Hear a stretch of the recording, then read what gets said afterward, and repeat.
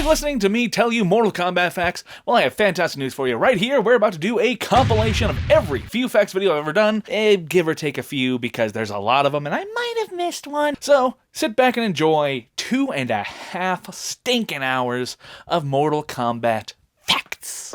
Ashura! This demon from the Netherrealm was trying to go from wicked to sacred in the most Mortal Kombat way imaginable. Slaughter. And there might be a few facts that you didn't know about her. Ashura is sisters with fan-favorite characters Serena, Kai, and Jenica, all of them being demon ladies working for Quan Chi. However, one day, Ashura questioned one of his orders, and in order to make an example out of her, Quan Chi sent her own sisters to go kill her. While she was attempting to escape, she came across a magical holy sword, a Kris. After acquiring it and stabbing a couple demons, she learned that through the power, the holy magic of this blade, every time that she killed a demon, her own soul would slowly be purified. And some quick backstory on the Kris, like the actual blade. The Kris's origins come from the Java, Indonesia region, and was said to be a ceremonial dagger. Not a full-size sword, and not even intended for fighting. And that makes it technically Javanese, which I just found funny. Now, Ashura has had beef with several characters in MK, the most notable one of all being Noob Saibot, as it is shown in her MK Deception arcade ending that Noob was the true final foe, as he was the most devious demon she'd ever come across, because he had come to the Netherrealm and wanted to be a demon. After defeating Noob Saibot, Ashura had fully completed her soul purification and ascended out of the Netherrealm, but leaving her Kris behind in the process. Now you may be like, oh, that's all fine and dandy for an arcade ending, but no! That is canon! As in the Conquest mode, you can go talk to Ashura and Adenia, and she will tell you that she ascended out of the Netherrealm, losing her Kris in the process, and asking you to go retrieve it for her in a fetch quest to the Netherrealm. However, obviously Noob isn't actually dead because, everyone needs to be not dead for Armageddon to happen. Also, recent events are not the first time that Ashura has had mistaken identity problems. As back in the days leading up to MK Deception, there was not a lot of information to go on for characters, mostly just pictures. And so just by visuals alone, she was mistaken for and referred to as just female Raiden. Baraka! From a high-ranking general to a highly regarded merchant. This Project Cotton Warrior has been around since MK2. There might be a few facts that you didn't know about him. Let's start with what exactly is Baraka. He is a Tarkatan. In the new era, a Tarkatan is a person who is afflicted with the Tarkat disease. So it's kind of like being a leper. Whereas prior to the reset, a Tarkatan, or the Tarkatans, were a race of people who resided in Outworld. Simple as that. However, neither of these explanations were how the Tarkatans started. Originally, they were the result of interspecies breeding between humans and demons. So all y'all that are thirsty for Melina, don't worry, you're not alone, and you weren't the first. Baraka made his debut in Mortal Kombat 2, back when they were still using actual pictures of actual actors for the character sprites. So this made Baraka's appearance, specifically his face, a little bit of a challenge. Instead of trying to claymate him, they went for a slightly simpler approach, a mask. Now they had originally had a custom mask made for Baraka that looked like this. So obviously they went with a different mask. This one being a Nosferatu mask from a party store nearby with fake fingernails glued around the mouth. Who would have thought that Party City mask with fake fingernails glued to it would have been the better option? Now, Baraka may be one of the biggest punching bags in all of the realms, but he's one tough-ass punching bag at that. As in between the events of Mortal Kombat 2 and Mortal Kombat 4, Kung Lao fucking cut Baraka in half. Which is why, in MK4, Baraka is literally stapled back together. So if you ever wonder why the hell he looked like that, there's your answer. This perturbed Baraka so much that he dropped the first F-bomb ever in the history of Mortal Kombat. And bless his heart, it wouldn't be the last time that he got cut in half by Kung Lao either.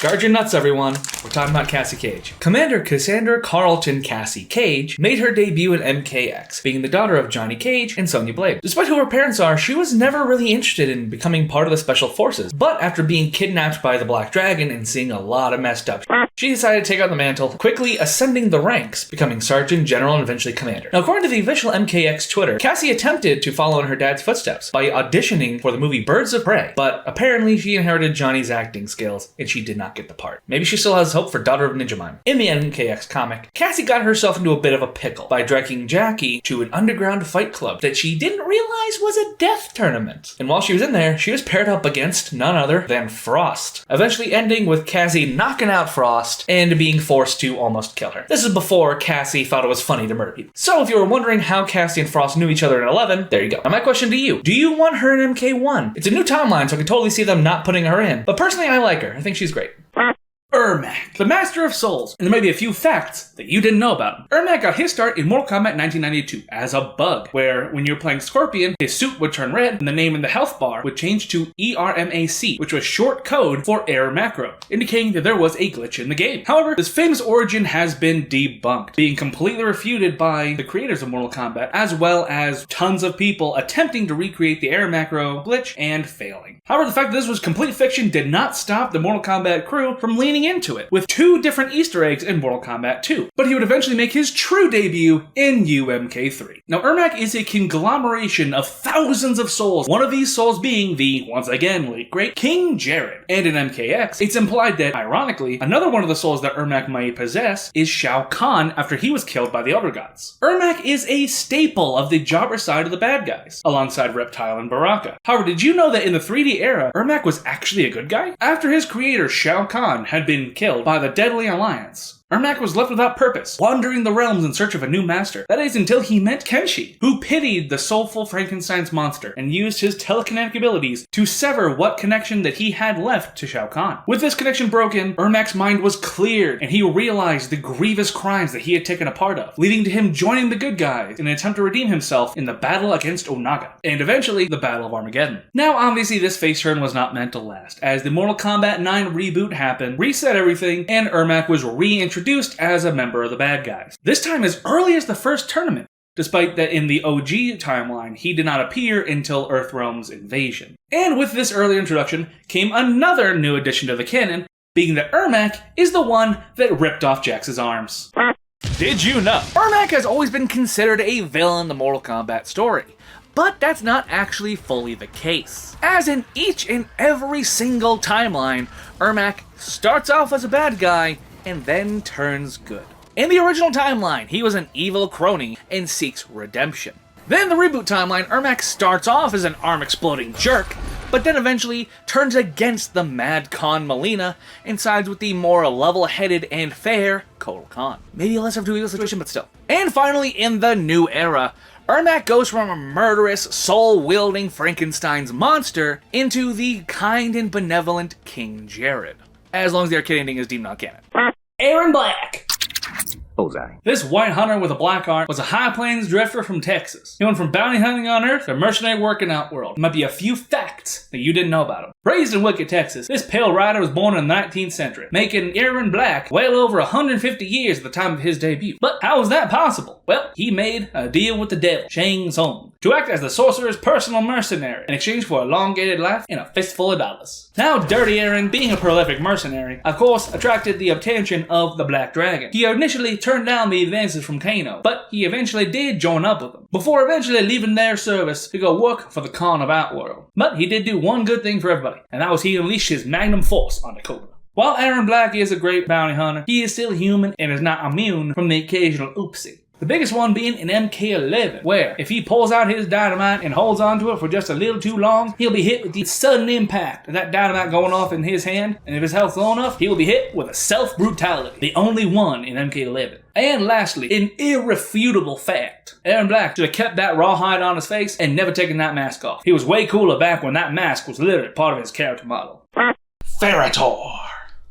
2 names, 1 character. This Deadly Alliance made their first, and so far last appearance, in MKX, and there might be a few facts that you didn't know about them. Ferrator is part of a symbiotic species that doesn't have a specific name. In their arcade ending, it is shown that once Tor dies, Farah is going to become a big hulking beast like him, and go find her own shoulder monkey to begin the cycle all over again. This is part of Ed Boon's weird fetish of taking a really cool original character and making them ununique by saying, oh no, there's a whole bunch of people exactly like them. If they show up in MK1, I hope that part's retconned. Now, Ferrator were something, discovered by Kotal Khan wandering through the desert, where, impressed with what he saw, he recruited them to be his personal bodyguard. And while they didn't do a very good job at that, they were around during the time that Kotal Khan was actually doing cool shit, up to and including them being there as Gora was disarmed. Farah, despite having the appearance of a little girl, is a tough little bastard. She can hold her own without Tor, having nearly killed Sub-Zero by herself in Mortal Kombat Legends Snowblind. Also, she, physically, is the only non-enhanced projectile in MKX that will destroy any other oncoming projectiles. And lastly, it is implied in MK11 in an intro dialogue between Devora and Collect scepter that the Chitin Queen went and killed Ferritor. So add that to the pile of fan favorites that D'Vorah has either killed or fucked with.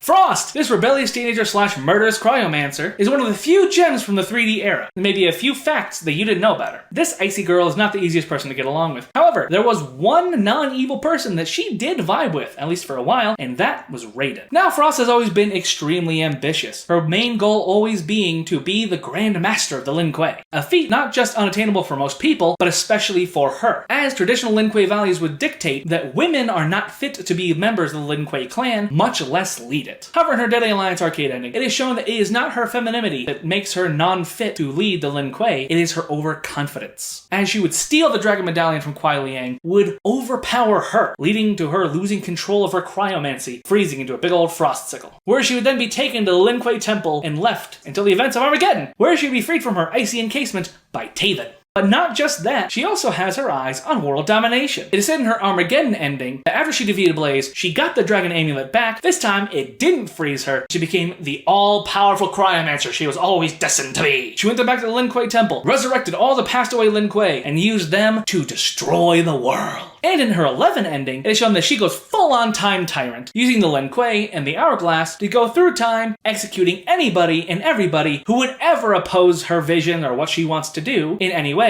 and turning the whole world into a frozen winter wonderland. And yet, she got beaten up by a pre-MKX Cassie Cage. What a shame.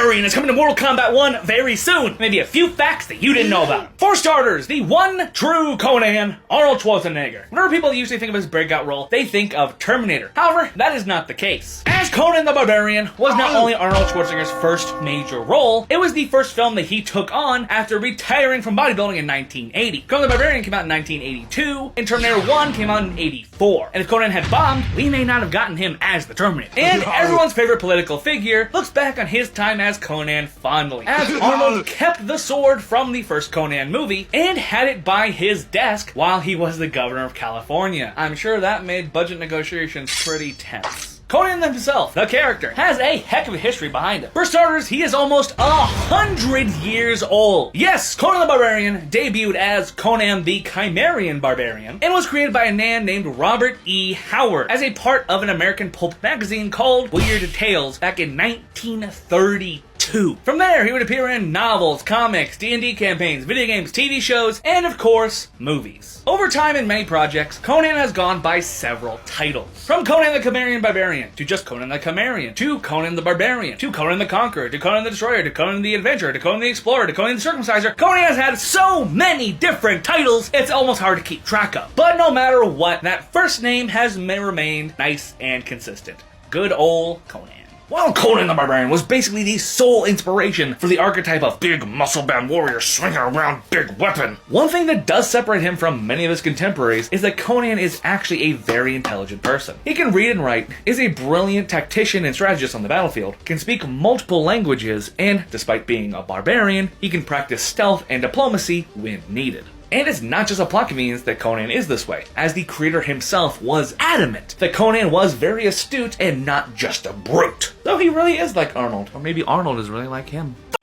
Oh, sorry, I'm just working on my forearms. And speaking of forearms, there might be a few things you didn't know about Goro. The Shokan Beast is probably one of the most recognizable men in all of fighting games. But about that Shokan thing, well, it didn't used to be a thing. Goro was originally a half-human, half-dragon hybrid created through sorcery, I believe, until the MK crew decided they wanted to expand the lore. And by Mortal Kombat 2, the Shokan were a thing. Now Goro's nickname, the Prince of Pain, is not just a badass nickname, as he is actually a prince, being the son of King Gorbak, who is the ruler and leader of the Shokan race. Now, Goro's intimidating presence has not been limited to just video games, as in the 1995 classic, Mortal Kombat, Goro made an impact on the big screen and was considered quite the feat in Hollywood at the time, as Goro's body was a mix of animatronic, puppeteering, and an actual dude in a suit. In addition, his powerful voice that gave us such lines as, "How lucky for them, that was performed by Kevin Michael Richardson, and he would reprise his role as Goro in the 2020 animated film Scorpion's Revenge. If Goro's in the next MK game, I want it to be Kevin Michael Richardson. He did a fantastic job.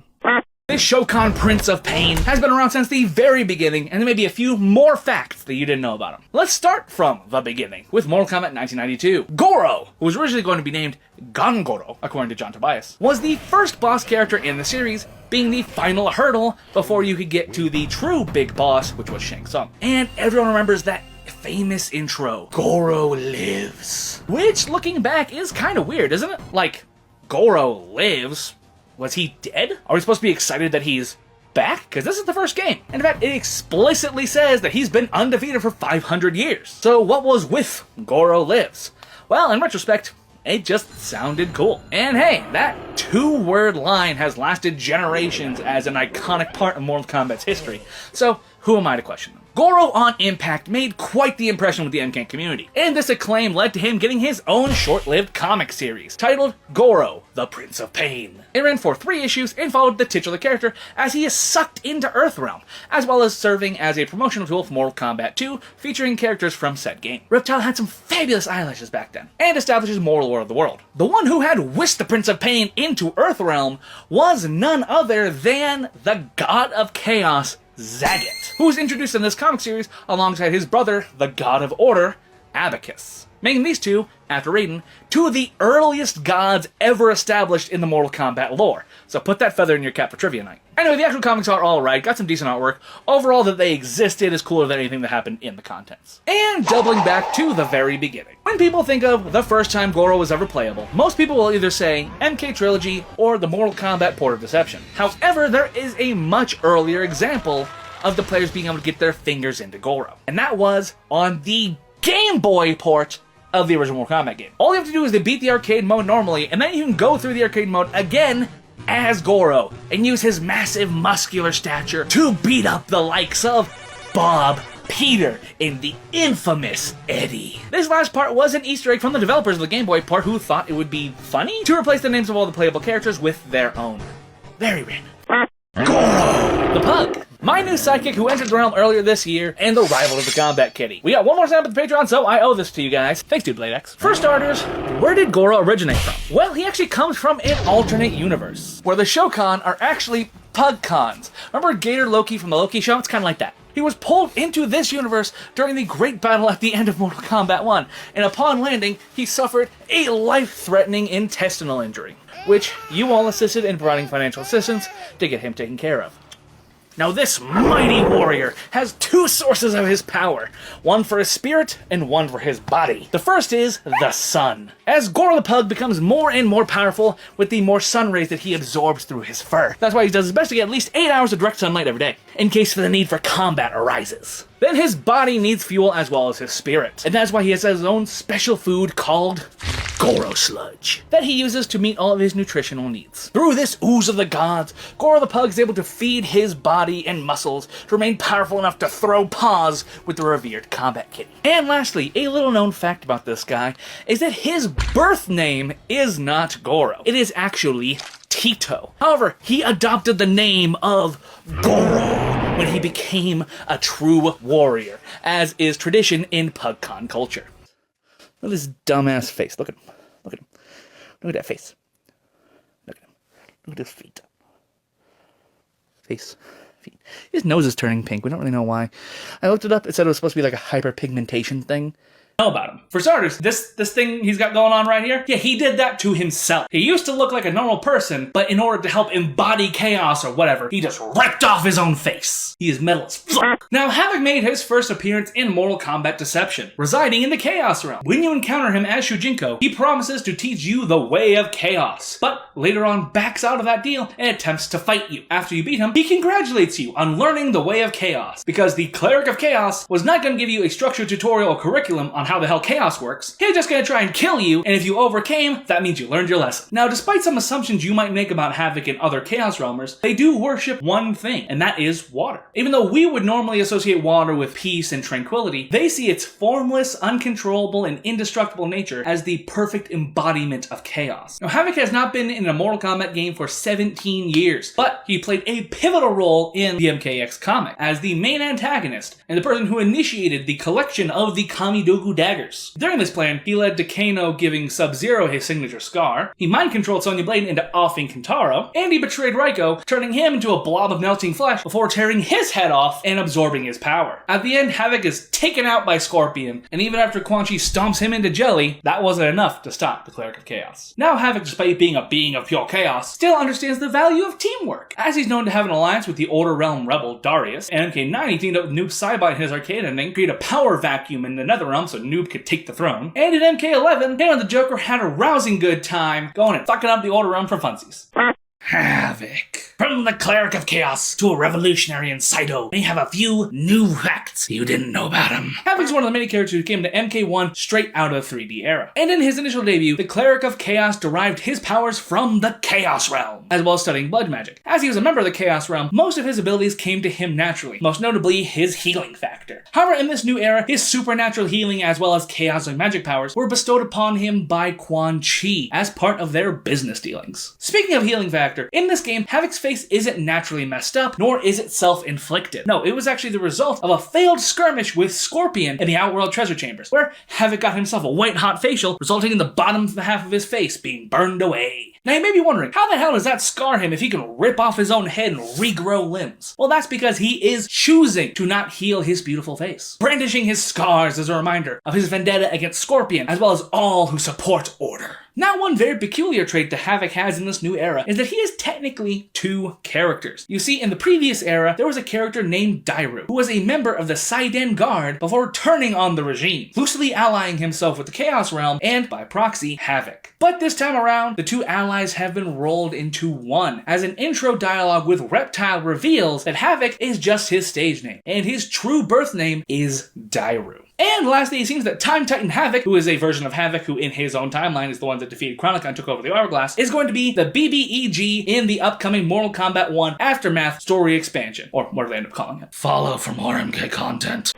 Jade! This gem of a woman is the only good thing to have ever happened to Kotal Khan. There might be a few facts that you didn't know about her. Jade was one of 3 characters who debuted in Mortal Kombat 2 as secrets. Her secret being that on the fight in arcade mode, before the question mark, you had to defeat your opponent only using low kicks. If you did that, then you got to fight Jade, which was just green katana, but still cool. And then she would make her official debut in MK3. Now, Jade has had many hats: spy, assassin, bodyguard, but most of all, friend. She always has had a close relationship with Katana, and when Katana defected from Shao Kahn, Jade was sent to hunt her down, beat her ass, and bring her back to the Khan. However, instead, Jade decided to join Katana's rebellion, and in the original timeline, she helped unbewitch Sindel, completely thwarting Shao Kahn's plans. Jade, despite being a very popular character with the fanbase, has made very few appearances outside of the games, barely being in comic books, movies, TV shows, etc. In fact, in Mortal Kombat 1995, there's going to be a fight scene between her and Sonya Blade. It wasn't just to be any fight scene. It's going to be a secret hidden Easter egg on the DVD version of the movie. As cool as that would have been, the idea was cut due to time constraints. And we don't talk about the second movie. Oh, and I forgot one more hat that's stacked on top of Jade's head, and that is Rebel Leader. In Deception, in the Conquest mode, you can see that Jade is the leader of the Edenian Freedom Fighters, who, among other things, are trying to hunt down the self-proclaimed Prince of Edenia, Rain. And you, as Shujinko,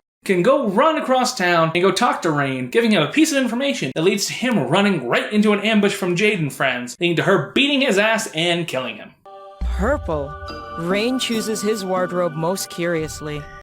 Jax! This Special Forces operative was the fat kid in school. There might be a few facts that you didn't know about him. Let's start off with the most obvious thing about Jax being his arms. They're without a doubt his most identifiable and unique trait. In the OG timeline, in Mortal Kombat 3, Jax's arms weren't even replacements. They were augments that were put on and around his natural arms. And they could be removed at will if he so desired. And in Deception, it is said that he had them completely replaced to fully enhance his fighting capabilities. However, in the reboot, it is shown that Jax's arms were ripped off by Ermac, and ever since that, they've always been like medical replacements. Them having also been torn off by Goro and Sub-Zero. Now, Jax made his debut in Mortal Kombat 2, but he almost made his debut in Mortal Kombat 1992. He's originally going to be named Curtis Stryker. However, during production, they decided they wanted to add in a female character, so they gave the Special Forces background to Sonya, and they gave the name to the SWAT cop himself, Stryker, in MK3. And in addition to that, in Jax's spin-off, he was originally going to have the code name of Cobra. Jax can't have shit, apparently. And speaking of which, did you know or remember that he had his own spin-off game? Mortal Kombat Special Forces, Jax's solo adventure, crusading against the Black Dragon. And this game sucked ass. And not even in a fun way like Mythologies, it was just bad. During this time, he fought such fan favorites as No Face, Tazia, Jarek, and Tremor. And even though in the game he killed Tremor, the Rock Ninja kept a grudge between timelines, as in MKX, the Rock Ninja and the Cybernetic Man still have beef.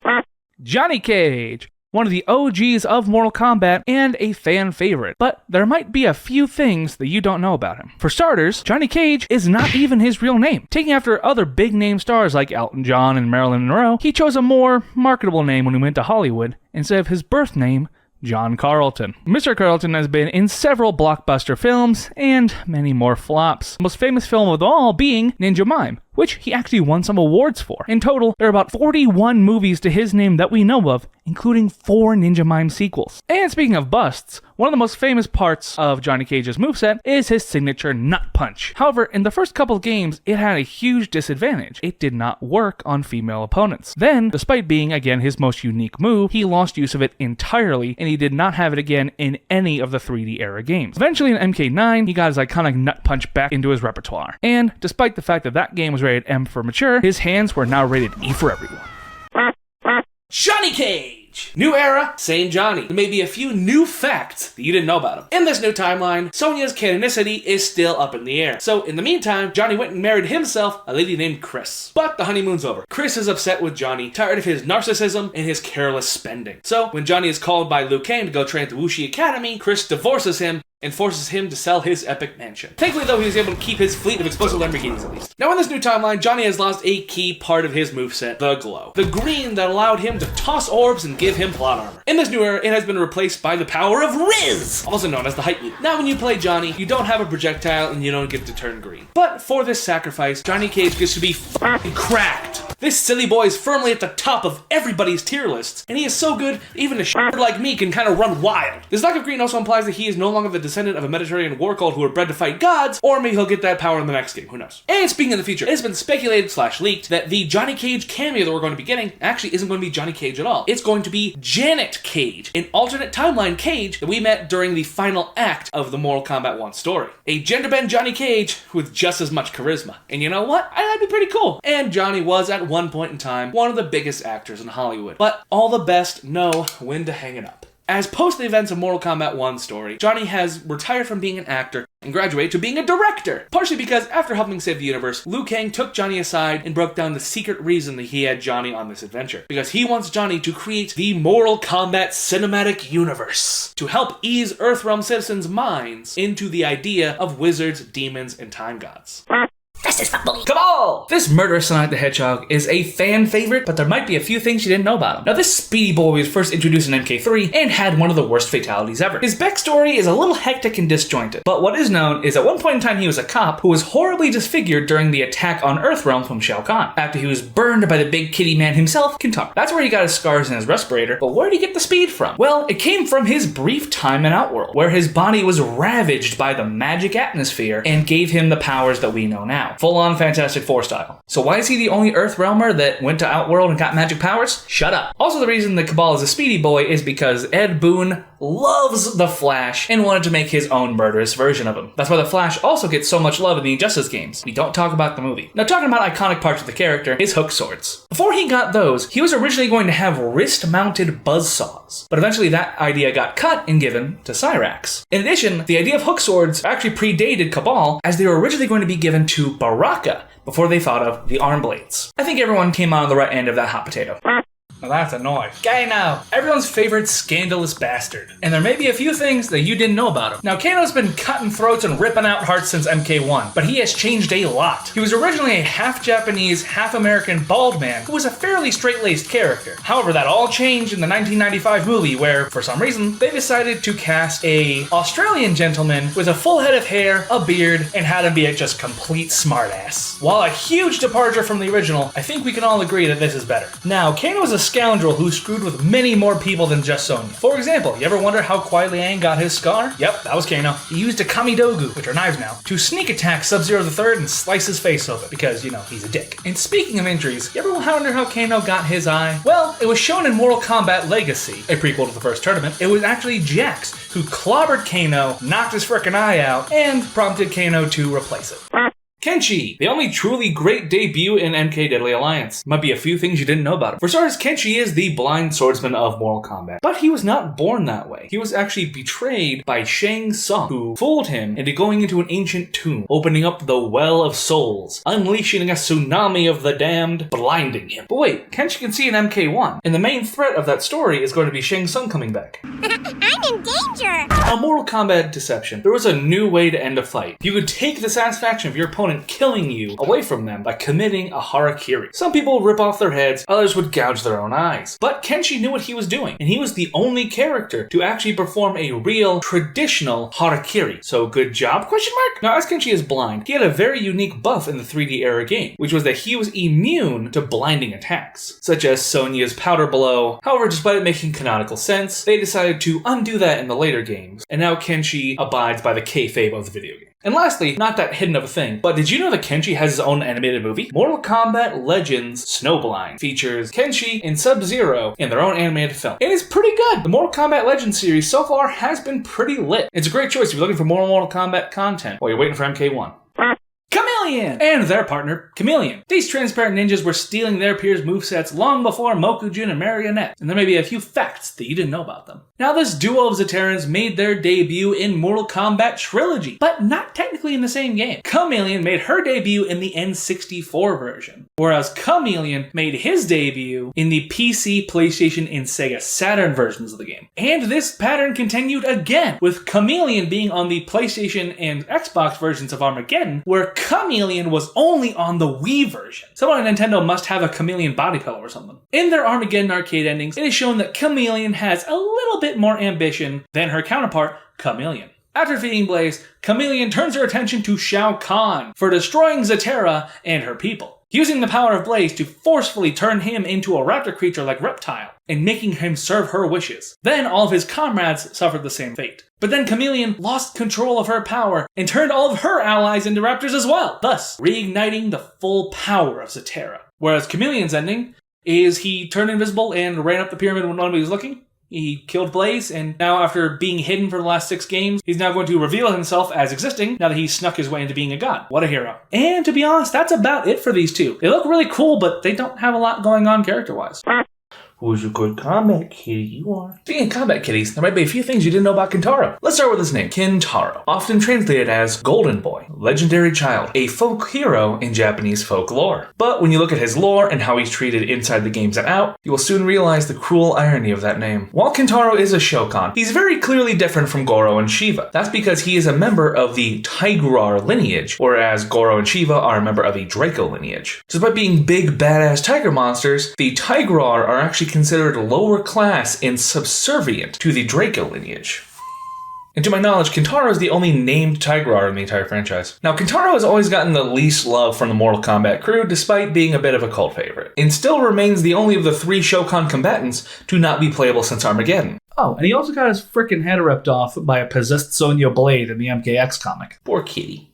Kitana, the princess named after a sword who fights with, of course, bladed fans. And there might be a few facts that you didn't know about her. Now, this beautiful young princess of various realms is the daughter of Sindel and King Jared, before being adopted by Shao Kahn after he killed King Jared during his conquest of the realm. And when I say young, she is very young, at the ripe age of only 10,000 years old. It really makes you wonder how the whole King Jared secret got kept for 10,000 years. Now, Kitana's always been a big kisser. Her first ever fatality, in fact, being the kiss of death, where she'd kiss you on the cheek, and then you would explode. This was her signature way to end her opponents in every appearance that she had from Mortal Kombat 2 all the way up until MK9, where it was for some reason missing. And it stayed gone until Mortal Kombat 11, where it returned in the form of a brutality. This strange fatality was inspired by the death of Mr. Big in the James Bond movie Live and Let Die. And lastly, in the pre-DLC final fight of the Mortal Kombat 11 story mode, if you manage to beat Kronika without losing a single round, you will see Liu Kang going back, forward, and grabbing Kitana out of the time stream to be his companion.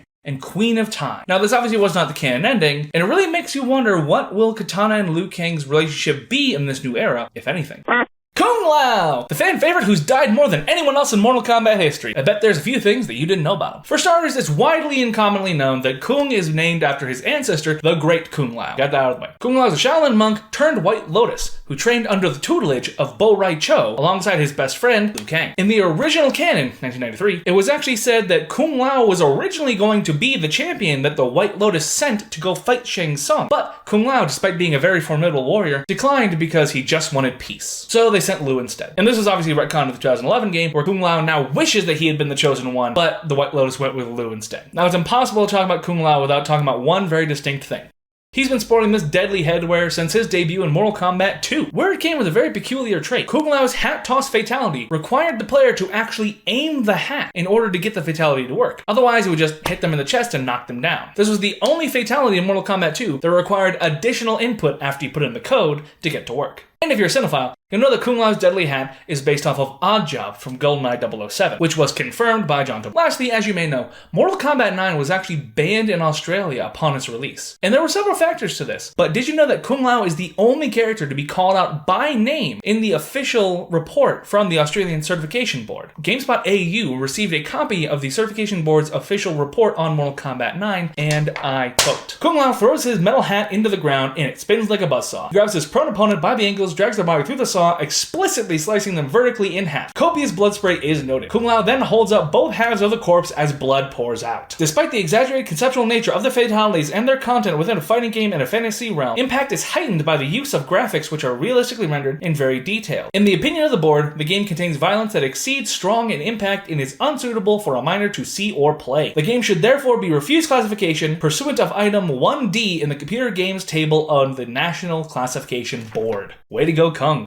Li Mei! One of the characters that is kind of assumed we'd never see playable again, yet here we are. And there are probably a few facts that you didn't know about her. Li made her debut in Mortal Kombat Deadly Alliance. Her village was set upon by Kano and the Black Dragon, sent by the Deadly Alliance. After kicking Kano's ass, Quan Chi put on a bullshit fighting tournament so that the city could win their freedom, to which Li Mei accepted and won! However, after this, her village was not freed, and instead she was taken and had her soul transferred into one of Onaga's immortal soldiers, where she remained until her soul was saved by Bo Rai Cho, who took her under his tutelage, and eventually she was also taught by Shujinko. However, in Deception, Li Mei's goodness was actually put into question, as in her arcade ending, she finds herself hypnotized by Onaga's scaly muscles, betrays the forces of light, and sides with Onaga, helping him gain his ultimate power, and rules the universe along his side. So, going into Mortal Kombat 1, keep in mind that Li Mei might have a little bit of treachery left in her bones. Now in the new timeline, Li Mei is a high-ranking official in the Sundu Police Department. But did you know this is not the first time that we've heard that city's name? In MKX, Li Mei fled Outworld to the comfort of Earthrealm and mentioned that Our village, Sundo, was the epicenter of a fierce battle.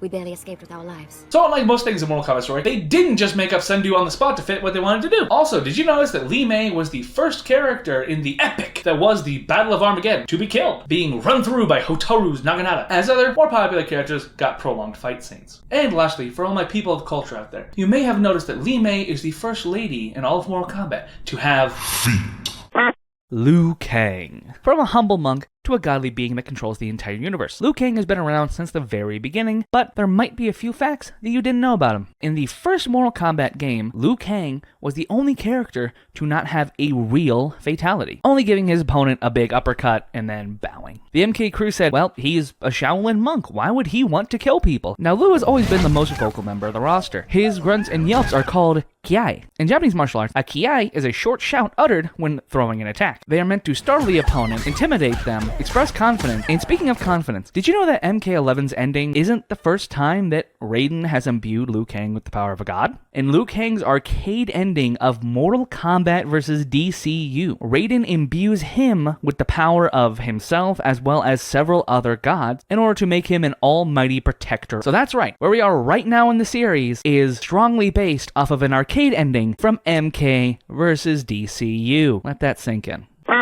As absurd as your request is, I shall grant it. Meat. This abomination was the first secret character of the 3D era, and there is assuredly a few things you didn't know about him. Now, we started off with a word from Shang Tsung, and that's very appropriate, because Meat is actually a creation of Shang Tsung. Born in the flesh pits, Meat was an experiment who escaped captivity before he could fully take form. And after achieving his liberation, he went to go work with and assist Shinnok in his plan, and was apparently a very fun guy, according to the Mortal Kombat 4 official strategy guide. That being said, his official debut was in MK4, as more of an Easter egg. To unlock him, you had to defeat all challengers in the group mode, and that had to include every single character on the roster. After that, any character you picked would automatically take the form of Meat, which was just the skinless model that they used for Fatality. However, this egg would only last until you reset the game or lost. So anytime you wanted to show off your Meat, you had to redo the whole group mode thing. And lastly, did you know that Meat is technically an MK11? And not just as a tower consumable. In the crypt, there are random blood pools all around the island, and occasionally he will burst out of them and scream at you. This drippy naked wrestler refuses to be forgotten. Melina. The monstrous mistress is without a doubt the most popular lady in all of Mortal Kombat, but there might be a few things you didn't know about her. Born in the flesh pits, Melina was created for Shao Kahn to be a more obedient replacement for his stepdaughter, Kitana. But why the dash of chemical T in the Melina suit? Well, Shao Kahn didn't just want a new daughter, he also wanted a psychotically murderous assassin. Help put fear into his enemies, all that good tyrannical stuff. Now, Melina has always been the resident sex symbol of Mortal Kombat, and the MK crew has not been shy about leaning into it with her more than any other character, and while she's still an aggressive pervert in MK11, her sexuality peaked in MK9, as when you complete the 300 challenge tower, the reward is this costume, and the achievement, Best Alternate Ever. Now, as it's Pride Month, I would be remiss to not mention that Melina is the first lesbian representation in all of Mortal Kombat, having a canon relationship with Tanya, even having a kid? Don't ask questions. That in mind, she does technically swing both ways, as she has had a relationship with Raiko, Goro, and Baraka. So I guess technically Tanya's the first lesbian, but hey, Melina's part of that too. Mortal Kombat vs. DCU came out 17 years ago today. There may be a few facts that you didn't know about it. At launch, MK vs. DCU had 20 characters on the roster, 10 on each side. However, DLC was planned, as each side was going to get at least one new character, with Harley for DC and Quan Chi for MK. However, despite MK's consistent sales success, say that 5 times fast, including this very game, Midway proceeded to file for bankruptcy before that DLC was finished. But don't be fooled, as there are still 22 playable characters in MK vs. DCU, as you can play as Shao Kahn and Darkseid. Just gotta beat each character's respective story mode, then hold the left bumper on this character's left screen, bada bing, bada boom, you got some boss characters. Speaking of story modes, while it has a very special place in my heart, MK vs. DCU is often considered the black sheep in the Mortal Kombat franchise. However, it has a very important place in Mortal Kombat history, as it was actually the start of NRS's cinematic story mode that they have become synonymous with. Yes, people like to credit the character-by-character linear story mode to MK9, as it was the best one, but really, it started in Versus DC Universe. And you can actually play through it twice. Once on each side, getting the DC and MK perspectives on what was going on. Let's just be glad that this was the only innovation that they carried into future games. Since this was a crossover DC, who until the 2010s was very family friendly, the game ended up being rated T for teen, a decision that was reviled by the Mortal Kombat fanbase. And this T rating resulted in some of the worst fatalities. Got it.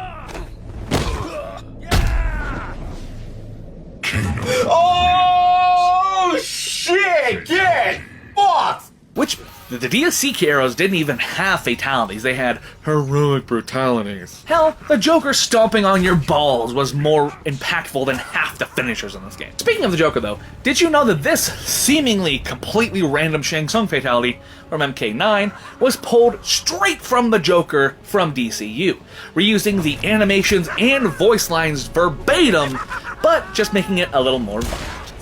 Moloch, a creature known more for his strength than his intellect. There may be a few facts that you didn't know about. This ball-swinging Oni made his debut in Mortal Kombat Deadly Alliance, where he was the sub-boss before you could fight the Deadly Alliance. Chained to his hand was a mystical orb that gave him many powers, like the ability to heal himself and the ability to do an AoE attack. And at one point, there was only one other being who was allowed to handle the orb. During the planning for Deadly Alliance, they were originally going to give Moloch his own herald, an owl who would keep Moloch's orb. And I think this little detail would have made Moloch instantly 5 times more interesting. And if he ever comes back, he should absolutely have that owl with him. Now, Moloch is not necessarily just a big, mindless Oni monster. because he may actually be a deity. As in the Hebrew Bible, there was a god being named Molech, who was a deity whose worship was marked by the people performing sacrifices of their sons and daughters. And since Lucifer is canon in the Mortal Kombat lore, it is not impossible that this Moloch could be the same being that desired child sacrifices. Even if he is a deity or has the representation of wisdom as his herald, Moloch is not the smartest guy. In an alternate timeline where Moloch was the one who defeated Blaze, up at the top of the pyramid, he absorbed Blaze's power and became a world destroyer, capable of rendering the pyramid to rubble with a single strike. So to begin his world destroying, Moloch went to Edenia, but in his monstrous rage, destroyed all of the exit portals. So once he got done rendering Edenia to rubble, he was stuck there for all eternity. Way to go, Einstein. Nightwolf! Also known as Grey Cloud. This Native American warrior is one of the most powerful shaman in all the realms, and maybe a few facts that you didn't know about him. Let's start with Nightwolf. Not the man, but the spirit. The power of the Nightwolf is a blessing granted by the Great Spirit to a worthy member of the Matoka tribe, who has proved their integrity and honor to be the tribe's defender. Grey Cloud proved his worth when he defied Kano and almost gave his life in defense of the tribe, before being blessed by the Great Spirit and becoming Nightwolf. Now Nightwolf made his debut in Mortal Kombat 3, and his creation was a little bit unique, as he was part of a Create a Character contest that Midway ran, and he was one of the 3 characters that got picked, alongside Stryker and Cabal. Now, when I say Nightwolf is one of the most powerful shaman in all of the realms, that is not hyperbole. As in Deception, Nightwolf played a pivotal role in the defeat of the Dragon King Onaga, drawing up an ancient Matokan symbol which trapped the giant lizard, which allowed Chujinko to deliver the finishing blow. Then in MK9, Nightwolf was the only one who could defeat the powered-up Sindel, even if it took him sacrificing himself. Nightwolf has relationships with many different members of the Mortal Kombat roster. However, one that is extremely underplayed but might be the most interesting is his relationship with Cabal. As through their MK11 interactions, it is implied that Nightwolf and Cabal may have both been from the same tribe. However, Cabal, instead of defying Kano, decided to join up with the Black Dragon and betray his tribe. I guess Cabal wasn't worthy of Nightwolf like Grey Cloud was. Nightwolf! This Native American warrior is one of the biggest cornerstones of the Earthrealm Defense Force, maybe a few more facts that you don't know about him. Now, the other day I held the Friendship Awards. One friendship that got on the ballot was Nightwolf's from MK3, being one of the most random, most just why friendships in the entire series. Nightwolf's friendship was him turning into Raiden, complete with an MK2 cabinet. Now something much less friendly. In Deception, in order to help defeat Onaga, Nightwolf intentionally corrupted his own soul through the Soul Eater, through the Sin Eater ritual, where he absorbs the sins of his entire tribe in order to allow him to enter the Netherrealm. Roll credits. A ritual that he admits will leave him evil and corrupted, a threat to his own people. So, if the events of Armageddon had not swiftly followed the events of Deception, we may have gotten an evil Nightwolf that, considering he is canonically one of the most powerful characters in the entire franchise, may have been a rival to Dark Raiden or even Shao Kahn himself. And speaking of rivals, in MK11 we learned a few interesting things from his pre-fight interactions. One that made the rounds on social media recently being that he allegedly threw his fight with Scorpion in MK9. I have heard what you told others. Does the truth sting, Scorpion? You did not let me win. Then another, even more interesting tidbit to me personally. As when talking to Cabal, we learned that he may have also been a member of Nightwolf's tribe, the Matoka. However, he is not the only one, as when you talk to Rambo, you learn that he also hails from the Matoka. You are one of us. On my father's side, yes. Let us see if the spirits defend you. Now that's one hell of a motley crew.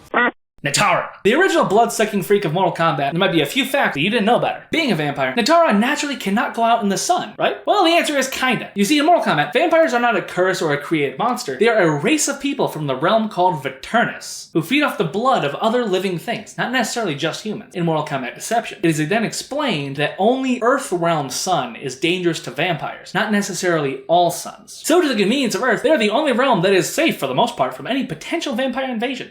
Now Natara, in addition to looking like something off an album cover, is a huge fan of rock and roll, or at least we can presume so. As in her conquest mode in Deadly Alliance, there are several different references to various rock bands, including Hit Between the Eyes by the Scorpions, Def Leppard, Journey, and more. So if you got a copy of DA lying around, go ahead and pop that sucker in, see if you can find them all. Despite being a monster and being portrayed as a mindless lackey in her movie appearances, Natara is an intelligent and conniving woman. In Deadly Alliance, she uses Shao Kahn's death to manipulate Reptile into serving her. She then used him to attack Cyrax and specifically just damage the cyborg's teleport and allowing Natara to strong-arm him into helping her retrieving the MacGuffin orb from a pit of lava in exchange for her sending him back to Earthrealm, as Cyrax's cold steel body could endure the extreme heat. And the purpose of this orb? So she can smash it and unmerge Viternus with Outworld, as well as go back to her realm for the first time in millennia and fight off Shao Kahn's remaining influence. The Bat Lady from the 2020 movie could not have pulled that scheme off. Noob Saibot. Without a doubt, one of the most unique characters not just in Mortal Kombat, but in all of fighting games. And I bet there might be a few things that you didn't know about him. Now, Noob made his debut in Mortal Kombat 2 as a secret character that was a solid black silhouette of the ninja sprite. But he would not receive his iconic clone moveset until Mortal Kombat 3. Instead, he had the Scorpion moveset, fatality and all. And just get out of the way, yes, Noob Saibot is Boone and Tobias Backwards, the founders of Mortal Kombat. It is known and established that Noob Saibot used to be Bihan, the original Sub-Zero. But what is he now? Well, he's not a Revenant, and he's not a Spectre, he's actually a Wraith, who was revived and created by Quan Chi in the Netherrealm. Now, during the 3D era, kind of a dark time in Mortal Kombat history, Noob was reunited with one of his Lin Kuei brethren, Smoke. In MK Deception, the gaseous ninja joined Noob Saibot as a replacement for Noob's clone. Additionally, in Mortal Kombat 9, if you put on Noob Saibot's alternate costume, his clone will be replaced by the classic ninja version of Smoke, reuniting the Lin Kuei brethren. Quan Chi! This necromancer abu-laid his way into being one of the most recognizable characters outside of the first 3 games. There might be a few facts that you didn't know about him. Quan Chi made his debut not in Mortal Kombat 4 and not in MK Legends Sub-Zero, but he made his debut in Mortal Kombat Defenders of the Realm, which was the 1996 Saturday morning cartoon that they made to further the message that Mortal Kombat was not being targeted towards children. Wait. Now Quan is not the shapeshifter of the Deadly Alliance, but his race has changed a couple of times. He was originally an Oni, which has a very loose definition in Mortal Kombat, which he then became a demon, and now in the new timeline, he's just an Outworlder who got his pass revoked. And speaking of his appearance, have you ever wondered about Quan Chi's tattoos? Originally he just had those black stripes leading from his eyes, but eventually he got these red symbols all over his body. Well, those are not just an artistic choice. Those are the inscriptions of the Dragon King Onaga's tomb that he put on his own skin. And since he still has those, that might be a tease of something to come. One of Quan Chi's most notably evil schemes was the slaughter of the Shiryu and the killing and resurrection of Hanzo Hisashi. However, the exact details of this whole thing have shifted greatly over the years. But one thing is for sure, he helped to destroy the SR, and he's the one that turned Hanzo into Scorpion, who in his Mortal Kombat 4 arcade ending dragged Quan Chi down to the Netherrealm with him so he could torture Quan for all eternity for the sins he had committed. And this arcade ending was canonized at the beginning of MK Deadly Alliance, which showed Quan Chi escaping the Netherrealm before meeting up with Shang Tsung and forming that dynamic duo.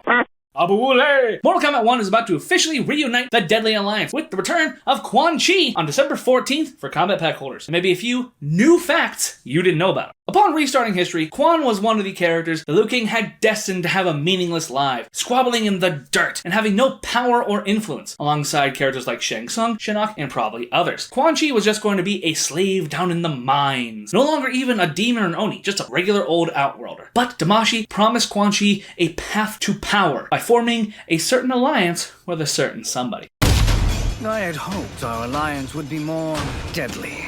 All in good time, Shang Tsung. In this new era, Quan Chi's claim to fame was that of a prophet, somebody who could see into the future and foretell events, warning and feeding information to Sindel. Now, it turned out that this was no magical third eye. This turned out to just be Damashi feeding Quan Chi what he knew was already going to happen. This deception allowed Quan Chi to infiltrate the royal court alongside Shang Tsung and help push the two realms of Outworld and Earthrealm into war on Damashi's behalf. While Quan Chi's fortune-telling was a lie and he's no longer a being of the Netherrealm, he is still a skilled and powerful sorcerer, with influence over the power of the Netherrealm as well as soul magic. And part of this power is his ability to control minds, allowing him to have his little demon harem, the Sisterhood of Shadow, formerly known as the Brotherhood of Shadow in past eras, which consisted of Kia, Jataka, Serena, and Ashra, until Ashra just went ahead and ruined everything for him, forcing Quan to go become friends with Cthulhu's little sister. Quan Chi is one of the most unique fatalities in this game so far, where he summons 5 panes of glass over your head, drops them over you, slices you up like deli meat. And some people have wondered, why is this fatality what it is? Is it a reference to something? Some people said JoJo's Bizarre Adventures, others have said Resident Evil, but it seems the most likely option is actually a reference to the movie The Cell, where a very similar fate becomes a horse.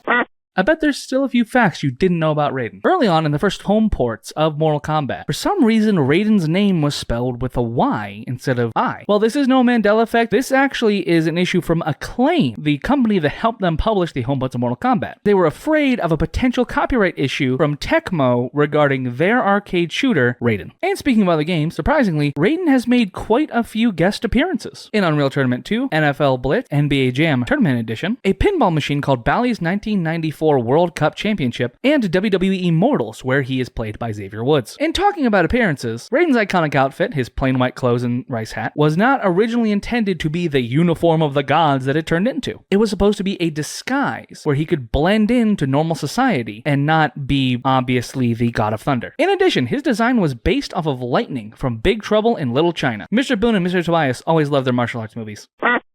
Rain. This demigod is the most elusive ninja in the Mortal Kombat series, and there might be a few things that you didn't know about him. Yes, his entire existence is based off of the Prince song. Getting that out of the way now. Now, as I said previously, Rain is a demigod, being the son of the god, not elder god, Argus, and a mortal Edenian woman named Amara. He's also the brother of Taven and Dagon, but we don't care about them. Now, Rain's moveset has always been extremely unique, with the most identifiable move of his being his crazy roundhouse, where he kicks you, you fly through one side of the screen, and then come out the other. Now, this extremely silly move never had a real answer to how the hell it worked until MK11, where it was revealed that he was kicking you through a portal that would go through space and time and send you back out the other side. A very peculiar trait that Rain has is that he is the most protected ninja in all of Mortal Kombat. As he was never in the arcades, he only debuted in the home console ports of UMK3 and MK Trilogy. He was then not playable again until Mortal Kombat Armageddon. He was paid DLC in MK9, he was non-playable in X, and he's paid DLC in 11. Let's see if he shows up in 1, shall we? Raiko! This war-hardened general has served both Shao Kahn and Shinnok, depending on the timeline, and there might be a few facts that you didn't know about him. Raiko made his debut in Mortal Kombat 4, and despite how much of a fan favorite he is, I bet that you're probably pronouncing his name wrong. As in Armageddon, in a special behind-the-scenes video, John Vogel and Ed Boon both pronounce his name Raiko instead of the commonly used Reiko. Now, he was referenced in MK9 3 different times. First being during the second tournament, when the Lin Kuei robots come and abduct Sub-Zero. Afterwards, it cuts to a scene of Raiden talking to Smoke, and in the background you can hear Shang Tsung say, "The next fight will be Kenshi versus Raiko!" Second is when Cyber Sub-Zero is skinning Cabal after Cabal jumped out of a portal, and in Cyber Sub's POV, you can see that one of the potential face matches is indeed Raiko. And third, he can occasionally be seen in the background of the Pit 2 fighting one of several other people. Mortal Kombat 4 was seen as a soft, kind of, but not really reboot of the Mortal Kombat story, given that characters like Johnny Cage and Goro were alive again, and certain key players were completely missing. So in this kind of not really reboot, Raiko's arcade ending caused quite a stir in the community. In said ending, after Raiko kills Shinnok, he walks through a portal, walks up to a throne, sits down, and dons Shao Kahn's helmet. So the thought circulated around that Raiko was just young Shao Kahn. But obviously this was not true. And they would reference this falsehood in Mortal Kombat Armageddon, with one of Raiko's combos being named False Emperor. Reptile. The original Lizard Man is a cult favorite, but there might be a few things you didn't know about him. Syzoth, better known as Reptile, is a Saurian from Zatara and is the last of his species. His species was wiped out after losing 10 consecutive tournaments to Outworld, but Reptile was kept alive to serve Shao Kahn. Despite that, there are still other Zatarans. He's just the last Saurian. And speaking of being last, did you know that Reptile was originally not going to be in the 1995 movie? After initial filming had wrapped, they realized the runtime was a little short and they wanted one more action scene. So they came up with the Reptile fight. Thank goodness they did, because that fight and that song both slap. Now, Mortal Kombat is famous for its secrets, and Reptile was the very first one. And a well-guarded secret at that, as in the game, you had to be fighting in the pit, there had to be silhouettes passing by the moon, you had to get a double flawless victory, ending with a fatality, and having not blocked the entire match. Only then could you face Reptile. And then he was still just a green version of Scorpion, but at the time, it was mind-blowing. And it started a fantastic lineage of secrets that still continues to this day. Reptile. also known as Syzoth. This lizard man got one of the best reimaginings of the new era, and with that comes a few new facts you may not have known about. One thing about Reptile in the new timeline that greatly separates him from his previous iteration is he is no longer a full-on lizard person. Now he can shapeshift from a big lizard monster to a normal guy, which made him a social pariah among his fellow lizard monsters, the Saterans. You may be wondering, why does that make him an exile? Just because he can shapeshift? Well, yes, plus some more reasons. Think about it like he's a werewolf to them, but instead of going from a human to a big monster, he goes from a big monster to a human. After being outcast, Syzoth joined a traveling carnival, using his shapeshifting abilities for little more than a sideshow. And in the show is where he met Shang Tsung. And speaking of Shang, did you notice that Reptile and Shang in this game are direct parallels of each other? They were both evil in the previous timeline, and now in this timeline, they're both social outcasts who are forced to scrounge in the dirt to make a living. But Reptile, in the face of this adversity, started a family and tried to make an honest living, whereas Shang became a scam artist and eventually turned to the dark side. Now Reptile's shapeshifting. His ability to go from a sexy human to a lizard person is the first time we've seen this in a Mortal Kombat game, but it is not the first time that we've seen it in the franchise. You see, in the Mortal Kombat television show Conquest, there's a pair of sexy ladies, Kiri and Anka, who take Kung Lao and lure him into a private setting before turning into reptiles and attempting to kill him. I doubt that the writers of MK1 did this on purpose, but it is a hell of a coincidence. And on the subject of sexy ladies, Reptile bagged himself one, as after the events of the MK1 story and T-Slightly Inside story, he ended up getting with the demoness herself, Ashura. You can hear their relationship referenced a few times, even directly by them, in several different intro dialogues. And you know what? Good for them. Speaking of things that Reptile finds very tasty, Reptile has a brutality in MK1 where he'll take his opponent, slam him down, bite their arm off, and then bite a chunk out of their side, before looking at the camera and going, yummy. This is a reference to his MK2 fatality. And doubling back to where this all began, remember how I mentioned that Reptile was a social outcast because of some lore reasons? Well, the said lore reasons can be found in his arcade ending, where after returning to his homeland and now bearing Melina's royal seal, he found a trove of official records stating that his Zaterran werewolfism is not exclusive to just him. Apparently, many Zaterrans are born with it, but they are just, disposed of as soon as it manifests. However, it is unknown who instated this policy of ethnic cleansing, nor who enforces it. The lizard people have a shadow government that's pulling the strings from behind the scenes. There's an irony there somewhere. Sareena! This Hot Topic combatant has appeared in way more games than she's actually been playable in. There might be a few facts that you didn't know about her. Now, this demon of the Netherrealm is a servant of Quan Chi and made her debut in Mortal Kombat mythology alongside her sisters Kai and Jedika. They were instructed to impede or kill Sub-Zero along his quest. However, along the way, Sareena found herself smitten with the Lin Kuei warrior. At the end, she chooses to betray Quan Chi and help Sub-Zero kill the Necromancer. Unless, of course, you performed a fatality on her early in the story, but hey, that's not here nor there. Now, in mythology, Sareena was played by Leah Montelango. Immediately before this, she was Sindel in MK3, and immediately afterwards, she would play Tanya. While now she may look like your average goth girlfriend, she is far more than that. As you may have noticed in her MK1 cameo, she has the ability to shapeshift into a demon. Except it's actually the reverse. Her human form is the shapeshifting disguise, and her devil appearance is her natural form. It was originally said that she required Quan Chi's magic in order to have her be her human form, but that was retconned later on. Surprisingly, Sareena has made an appearance in almost every single Mortal Kombat game since she has debuted. Mythologies, obviously. She was in the handheld part of Deadly Alliance. In Deception, she made a cameo in the Crypt and Conquest mode. She was playable in Armageddon. In MK9, you can see her in the background of the Pit 2. In MKX, there's that infamous tease where she's fighting Revenant Katana. In MK11, she appears in Cabal's arcade ending. In MK1, she is at least a cameo. For context, this means she has made some sort of appearance equal or more than the likes of Kintaro, Motaro, Raiko, Frost, Tanya, and even Kenshi. Scorpion! He's the poster boy for Mortal Kombat, but I bet there's a few facts that you didn't know about him. At this point, everyone knows that his birth name is Hanzo Hisashi. But did you know that he might be named after an actual historical figure? A samurai and ninja from the Sengoku era of Japan by the name of Hanzo Hitori. He was the commander of a band of Aiga ninjas. He was a master in sword combat, and he had a nickname, Oni no Hanzo, which directly translated means Demon Hanzo. If he's not loosely based off Hitori, then I'd consider that a hell of a coincidence. And speaking of ninjas, Mortal Kombat is famous for its colorful ninjas. But did you know that Scorpion is the only real ninja in the series? As he is the only one that's actually Japanese and is actually proficient in Japanese ninjutsu. While he's a real ninja, Scorpion has never really been the real main character of the Mortal Kombat franchise. Despite that, he's always gotten a lot of special treatment. That's because one of the founders of Mortal Kombat, Ed Boon, has stated that Scorpion is his favorite character in the franchise. He's also the character that Ed has had the most direct influence on, as his famous catchphrase, "Get over here!" was spoken by Ed Boon himself.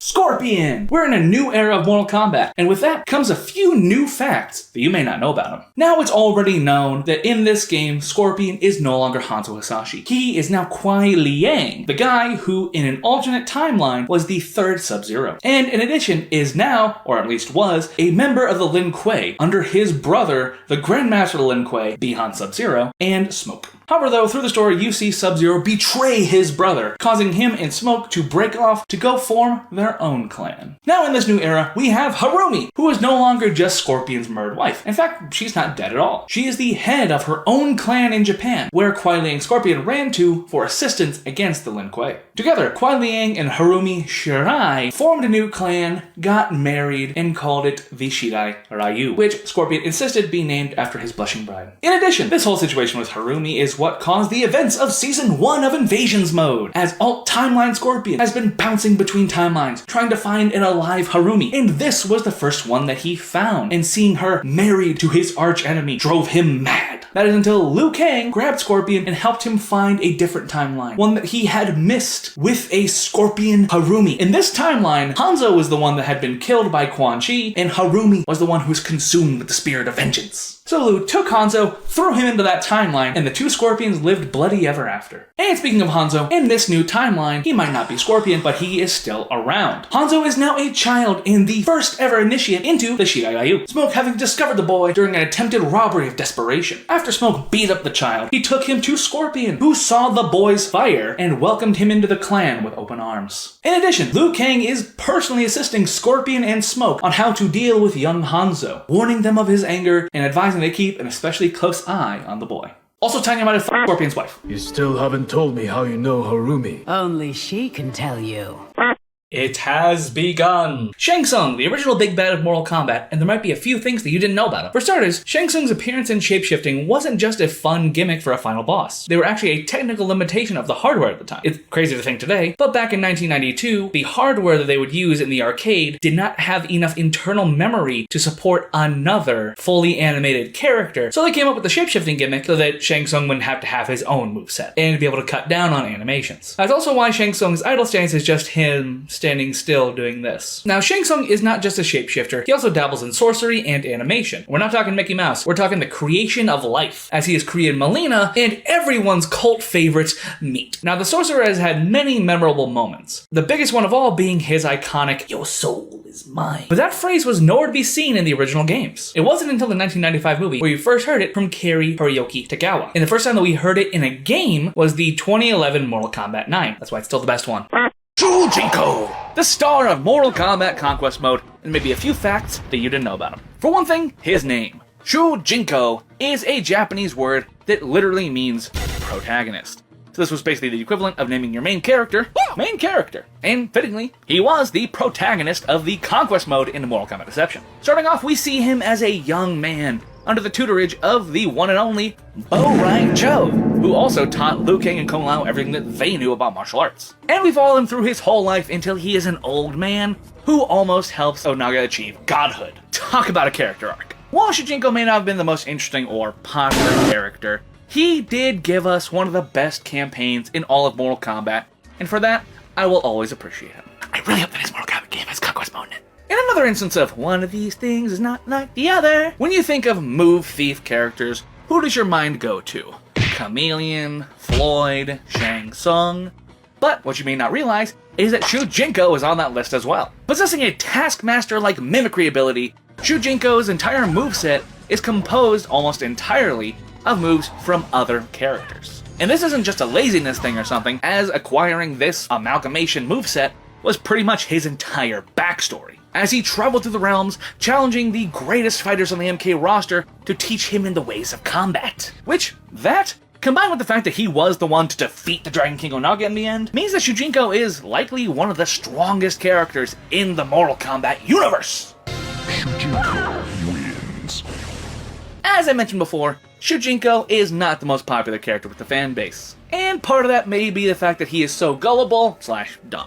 The entire plot of Deception is driven by him saying yes sir to every single person he meets. The biggest one, of course, being Damashi, but then he is also easily deceived by Melina, Rain, and more. This contained in the MKX comic, where he is easily swayed by Havoc into arranging a meeting between the Cleric of Chaos and Scorpion. Then in MK1 in Kung Lao's arcade ending, he is overcome with ego and tries to kill God after like a week of being in the Wuxi Academy. To be fair to him though, most MK main characters aren't exactly mental giants. Quiet jump scare, because I know people might be using this to fall asleep too. Did you know that you can go to shopbtn.com to get some Kombat Kitty or Girl the Pug merch? Just letting you know. Okay, back to the video. Sindel! This Scream Queen dominates all of our hearts. Might be a few facts that you didn't know about her. Sindel's origin has changed several times. In the OG timeline, she was Shao Kahn's queen who died young. Then Shang and his shadow priests performed dark magic on her, so one day she would be revived, but not in Outworld, in Earthrealm. And by some cosmic law, the fact that Sindel was in Earthrealm meant that Shao Kahn could just ignore Mortal Kombat and go into Earthrealm and just take it over while he's there. She was bewitched to be evil and wicked, but upon Shao Kahn's defeat, she returned to her kind, queenly self and reunited with Katana. In the MK9 lore, Sindel had put a protection spell over Earthrealm that only she could break, and then took her own life. But then Quan Chi revived her from the dead, bewitched her to be evil, and she took down the protection spell. Then in MK11, it is said that Quan Chi is actually the one who took Sindel out, and she did not commit the self no longer alive. And in addition to that, she has been evil the whole time and was never bewitched. But then why did she put the protection spell on Earthrealm? Shut up! Now in the infamous Culling of the Herd scene in MK9, Sindel single-handedly took out 11 of the good guys, killing 8 of them all by herself. However, there is one member of the Mortal Kombat roster that has shown that Sindel does not stand a chance against, and that man is Jarek. As you can see in the intro to Mortal Kombat Armageddon, he is absolutely kicking her butt. Jax, Sub-Zero, Cabal, they got nothing on the raw power of Jarek.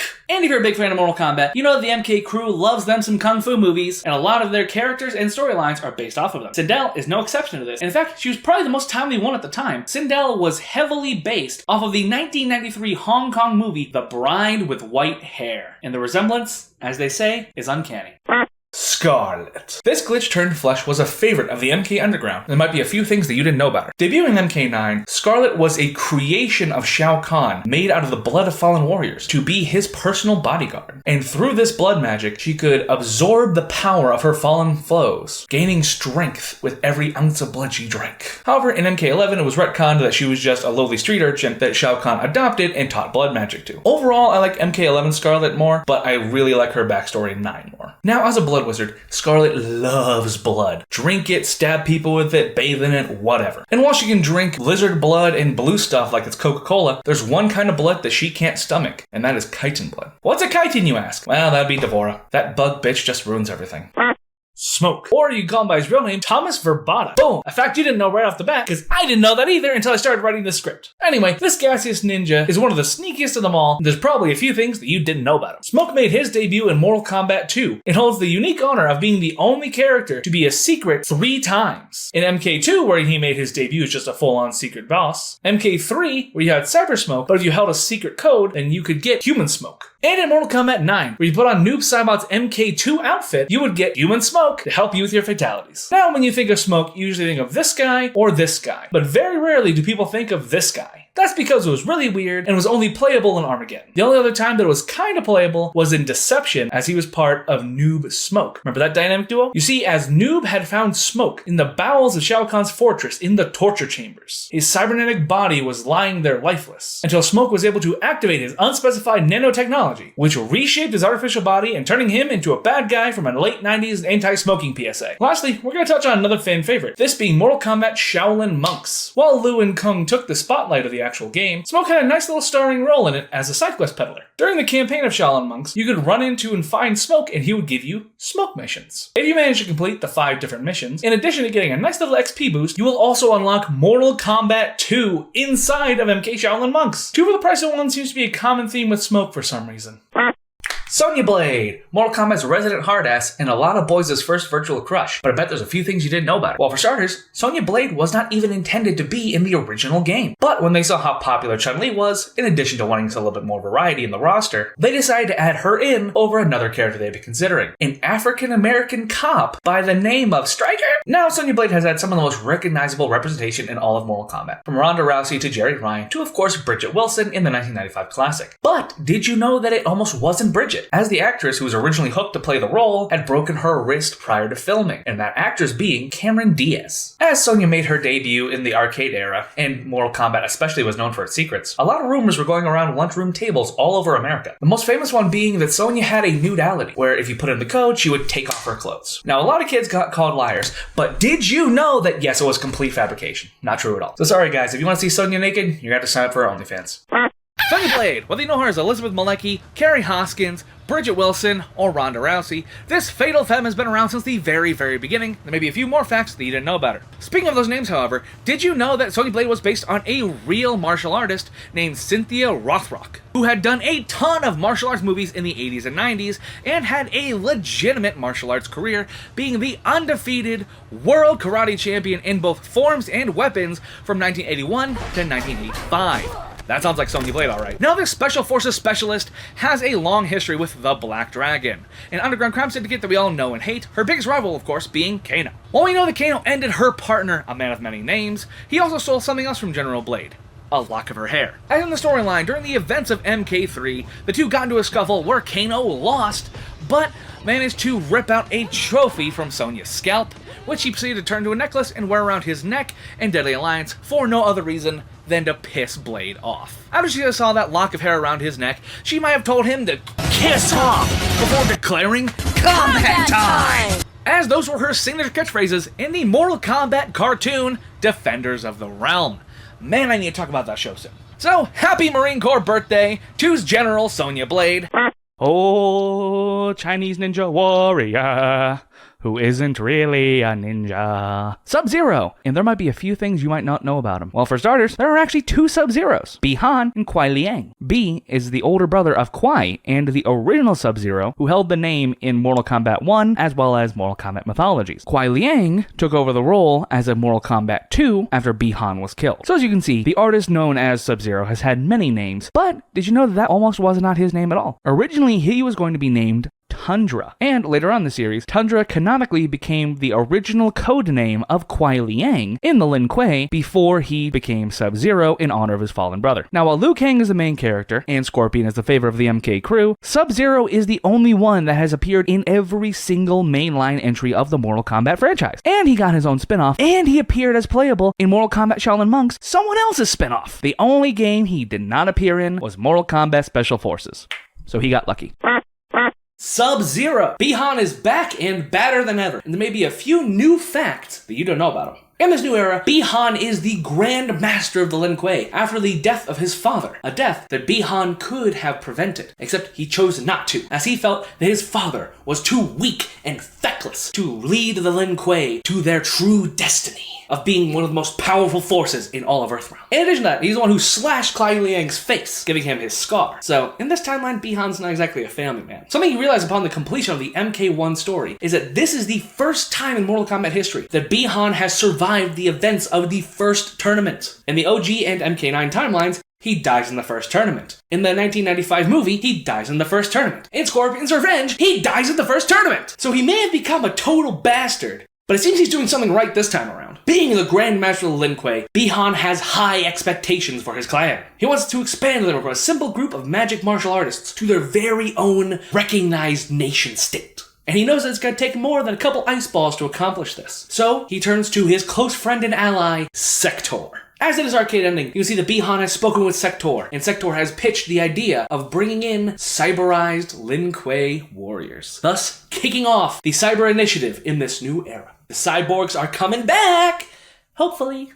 We just passed the 26th-year anniversary of Mortal Kombat Mythology's Sub-Zero. And while MK1 is the return of Bi-Han Sub-Zero, this was his greatest adventure. Released October 1st, 1997, this game was the first ever spin-off that the MK crew attempted, and while not the best game, it was a masterpiece in memory. It stars Bi-Han on an adventure through the realms at the behest of the Grand Master of the Lin Kuei, along the way fighting against Quan Chi's manipulation and trying to stop the sorcerer from reviving the fallen elder god, Shinnok. This game was produced by John Tobias and was the first ever MK project Ed Boon was not involved in. It was also the last MK project where they used the old digitized actors, and the first ever project that the MK crew tried to tell a legitimate, straightforward narrative that they would eventually be known for. Now, Mortal Kombat Mythologies was Sub-Zero's story, but this game was also the debut of several other very popular characters, including Quan Chi, Shinnok, Serena, and Fujin, who played the role of the wind element, being the only one of the 4 to be an actual character. Serena's debut was accompanied by 2 often forgotten sisters, being Kai and Jataka. And while Serena was the star of the triplets, Kai debatably had the biggest actress, as she was played by Carrie Hoskins. And if that name sounds familiar, it should, because she was Sonya Blade in MK3. Others included Richard DeVizio, Leah Montelango, Sal DeVita, and John Turk. And look at that jaw. Back in those days, being an actor on MK was like being a friend to Sandler. Despite being a spin-off that was not taken seriously, Mortal Kombat Mythologies actually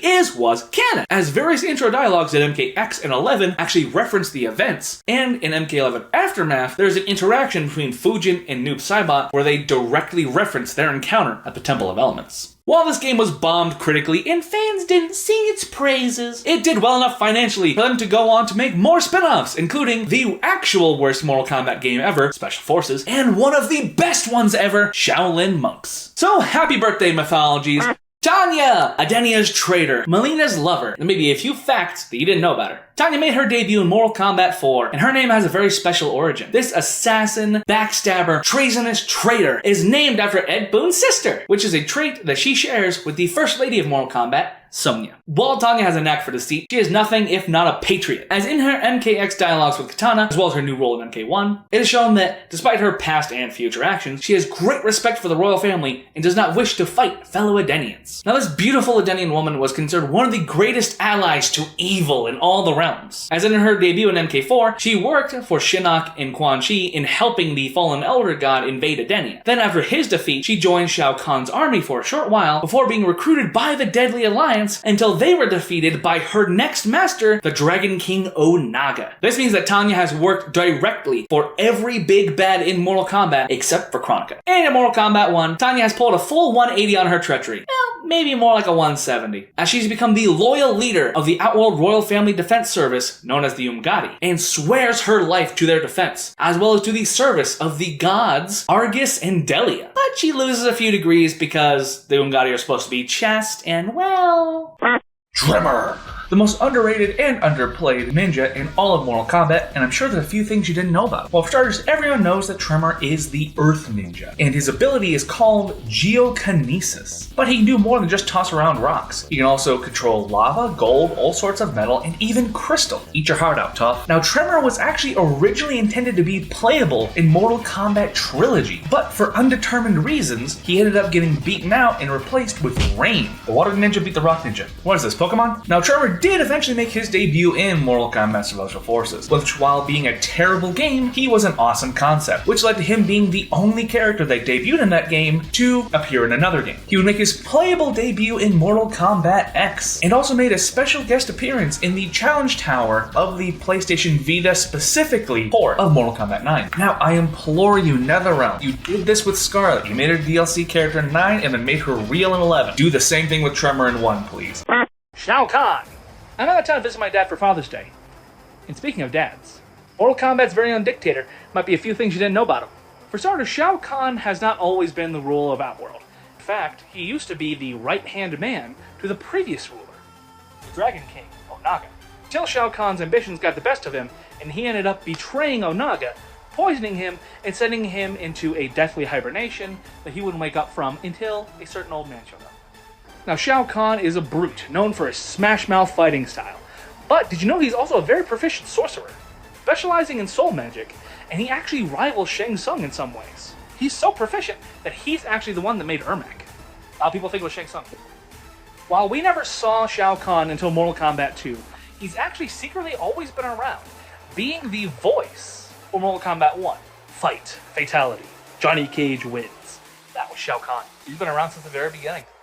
Mortal Kombat 2 is considered by many to be the best game in the franchise. and there may be a few facts that you don't know about it. For starters, Mortal Kombat 2 was the first game where we got to see alternate finishers in the franchise, something that we have become quite accustomed to. In MK2, we got babalities and friendships, where instead of ending your opponent's life, you either do something nice for them or send them back to the beginning of their lives. However, there was a point in time where you could actually do both, as there was a glitch in the second revision of Mortal Kombat 2, where you could perform a babality on your opponent and then continue to attack them, up to and including uppercutting them, causing the baby to explode. This unfortunately was patched out of Revision 3, the most commonly circulated version of MK2. While that may have been censored in its own way, Mortal Kombat 2 itself was not. As when the home ports for MK2 came out, Nintendo realized how poorly received the, toned down version of the original Mortal Kombat game was on their console, and how many more copies that the Genesis version sold. So,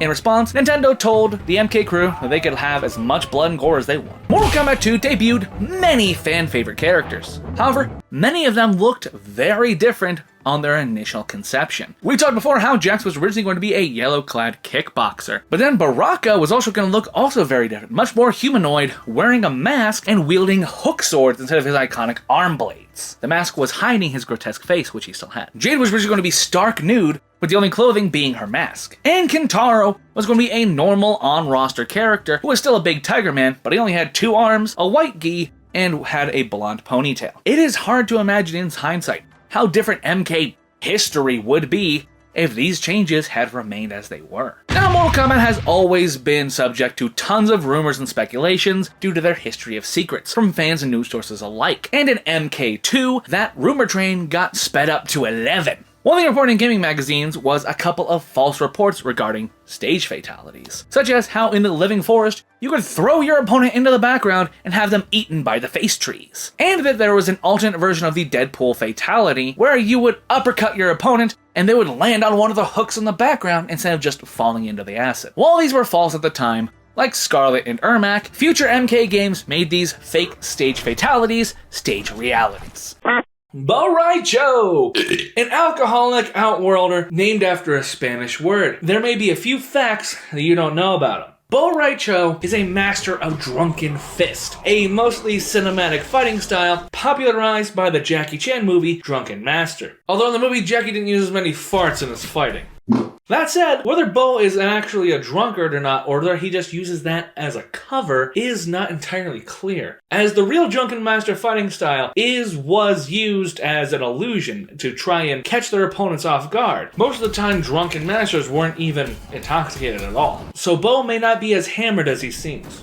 While this jovial old fat man gets along with most people, Bo Raicho has a distinct, heartfelt rivalry, and that is with Baraka. Bo has dedicated a large part of his life to fighting the Tarkatan hordes, and the beef became personal when he had to evade them to get into Onaga's whatever the hell and save Li Mei's soul from being trapped as one of the immortal soldiers. And this hatred, this rivalry is not one-sided, as in Baraka's trading card from Deception, he has one rival listed, and that's our favorite drunk, Bo Raicho. Now, Bo isn't just a fat, pants-shitting idiot. He's actually a very good teacher and a fantastic fighter, as well as a close personal friend of Raiden and Fujin, who personally vouch for his teachings and his wisdom and actually regard him as an equal. While Bo is canonically one of the best fighters in all the realms, he is technically from Outworld, and he cannot fight on behalf of Earthrealm. And since he doesn't particularly care for the Outworld government, Shao Kahn, he's decided to instead give his teachings to those who can fight on Earthrealm's behalf. Bo Raicho's students have included Liu Kang, Kung Lao, Shu Jinko, Li Mei, and the most famous of them all, Kai.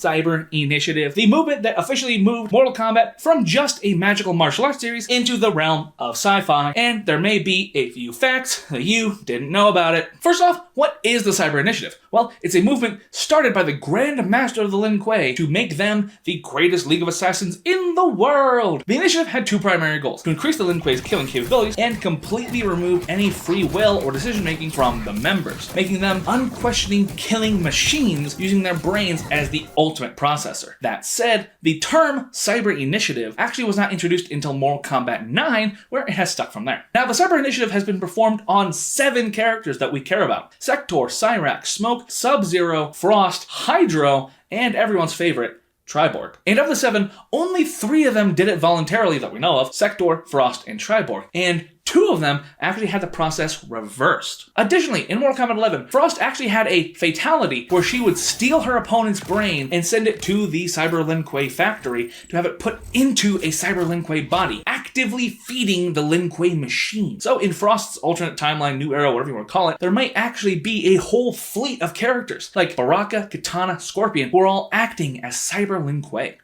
Cyrax, also known as Unit LK4D4. Maybe a few facts you don't know about him. Cyrax made his debut in Mortal Kombat 3 alongside Sector in Cyberized Smoke. And that being the case, there was actually a rumor going around for a while that Cyrax was actually a cyberized version of Scorpion. You see, because in MK2, Smoke was a normal ninja who was now a robot. Scorpion was missing from the MK3 roster. Cyrax was also yellow, and Cyrax also had a move where he would throw someone out and bring you back to him for a free hit. So all those context clues and similarities led people to believe that Cyrax was secretly Scorpion, which didn't obviously end up being the case. One of the most memorable traits about Cyrax is his tendency to get stuck in the desert. And while it's a funny visual, you ever wonder what he's doing out there? Well, that's because during the events of MK3, Sub-Zero was able to incapacitate Cyrax and reprogram him to assassinate Shao Kahn. However, once Shao Kahn was defeated, Cyrax was left wandering, waiting for some command of what to do now that would never come. He ended up wandering into the desert and getting stuck without a purpose. That is, until Special Forces located him, retrieved him, and reinstated his free will. You can also occasionally see Cyrax stuck in the desert in MK9. Now Cyrax is a cult favorite in Mortal Kombat, and one of those reasons is because of his incredibly unique moveset. His energy net, his bombs, his unique way of teleporting, and the cherry on top of the sundae is Cyrax's iconic Annihilation fatality, where he pops open his chest, covers the stage in little bombs, and blows up the entire Earth. Except it's a lie, as Cyrax actually stole that fatality from Smoke. You see, in Mortal Kombat 3, Cyrax did indeed have a self-exploding fatality, but it only affected himself and his opponent. It was Smoke who blew up the Earth. But in MK Gold, Cyrax was given the blow up the Earth fatality, and it became synonymous with him, leading to him getting it again in MK1. And speaking of MK1, there has been some leaked information implying that in this new era, Cyrax might be a girl. So I guess we'll have to stay tuned and see how that turns out. Sector, also known as Unit LK99. Maybe a few facts you didn't know about him. Debuting in Mortal Kombat 3 alongside Cyrax and Cyber Smoke, Sector made a splash with the Mortal Kombat community, like a dropped bottle of ketchup. And I'm not saying that just like some kind of weird joke. During the development of Mortal Kombat 3, Sector's codename was Ketchup, alongside Cyrax, who was Mustard. And speaking of Cyrax, Sector is synonymous with his yellow buddy slash rival. And this isn't just because they debuted in the same game where they're both robots. This is because Sector has never been in a Mortal Kombat game without Cyrax. Yes, from Mortal Kombat 3 all the way to Mortal Kombat 11, a trait which is not shared, as in the base port of Mortal Kombat Deadly Alliance, Cyrax was going at it alone, and Sector would not show up until the handheld port. Now, Sector has always been one of the biggest supporters of the Cyber Initiative, so much so that in the new era, Sector will be heading up the program. Now, he was such a big fanboy of this, not just because he was a big fan of RoboCop as a kid, but because he was the son of the Grand Master of Lin Kuei, and he wanted to support the family business. That is until his programming got corrupted, leading to him killing his father and attempting to take the title of Grand Master, as a glitch in his programming had made him determine that his father was not as good of a Grand Master as he could be. However, after doing this, Sector did not hold the title of Grand Master for long, as Sub-Zero ran him off. And he went and started his own non-canon clan. And lastly, did you know that Sector actually is the original Triborg? Yes, because in Armageddon, Sector's arcade ending stated that after he defeated Blaze, he became linked with his cyber brethren, Smoke and Cyrax, and they became one mind and one body. Sounds kind of like Triborg, don't it? Sector, the head of the Cyber Initiative, is returning to Mortal Kombat 1 with the Chaos Reigns expansion. Maybe a few more facts that you didn't know about them. Sector was the original cyborg, debuting in Mortal Kombat 3 alongside Cyrax, having been the first member of the Lin Kuei to be willingly cyberized and indoctrinated into the program. And everyone knows by now that Sector in Mortal Kombat 1 is no longer a cyborg that was gutted and placed into a cybernetic shell, RoboCop style. Sector is now a lady wearing a suit of power armor. However, this is not the first time that we've seen Sector in the flesh, as that was in MK9, where his first couple of appearances in the story mode, he's still in his squishy human form. And unlike Cyrax, this was indeed the first time in Mortal Kombat history that we had ever seen his true face. Going back in time to Mortal Kombat Armageddon, Sector played quite a big role in the Conquest mode, with the official debut of the Tekuken, Sector's personal cybernetic ninja clan that was established in Mortal Kombat Tournament Edition. They kidnap Taven at the end of level 1 and take him up to their mothership for questioning at Sector's hands. But many people don't realize that Sector had been watching and following Taven since the game beat. began, as you can find Sector spying on you pretty much as soon as you start Conquest mode. Once you get to the first golden chest by Kira and Cobra, if you turn around and swing at the air, you will hit and hear an invisible Sector. Yes! Holy I got him! As for Sector's appearance in Mortal Kombat 1, first off, she is Madame Bo's daughter, which makes a lot of sense because at the beginning of the MK1 story mode, Liu Kang, Madame Bo, and the Lin Kuei were all homies who worked together. So it's a logical leap that the Madame would have enrolled her daughter in the Lin Kuei program. Another big change in Sector's presentation is that she is now a girl, but they might not have always been the intention. If you watch Sub-Zero's arcade ending, it alludes to Sector setting up the Cyber Initiative. And while they kept it fairly vague, you can tell by the hair and the facial structure that they were not fully committed to gender-bending Sector in the initial story. Plus, when you take into account Bihan's previous era misogyny, it's possible the plan originally was to keep the Cybers as males, or at least Sector as so. And possibly the biggest change, people have been upset about the fact that the Cyber Initiative is now just power armor, saying that it undercuts the horrors of the cyberizing process. But with this intro dialogue, The armor's just a first step, isn't it? You will find out in time. It teases that the worst may be yet to come.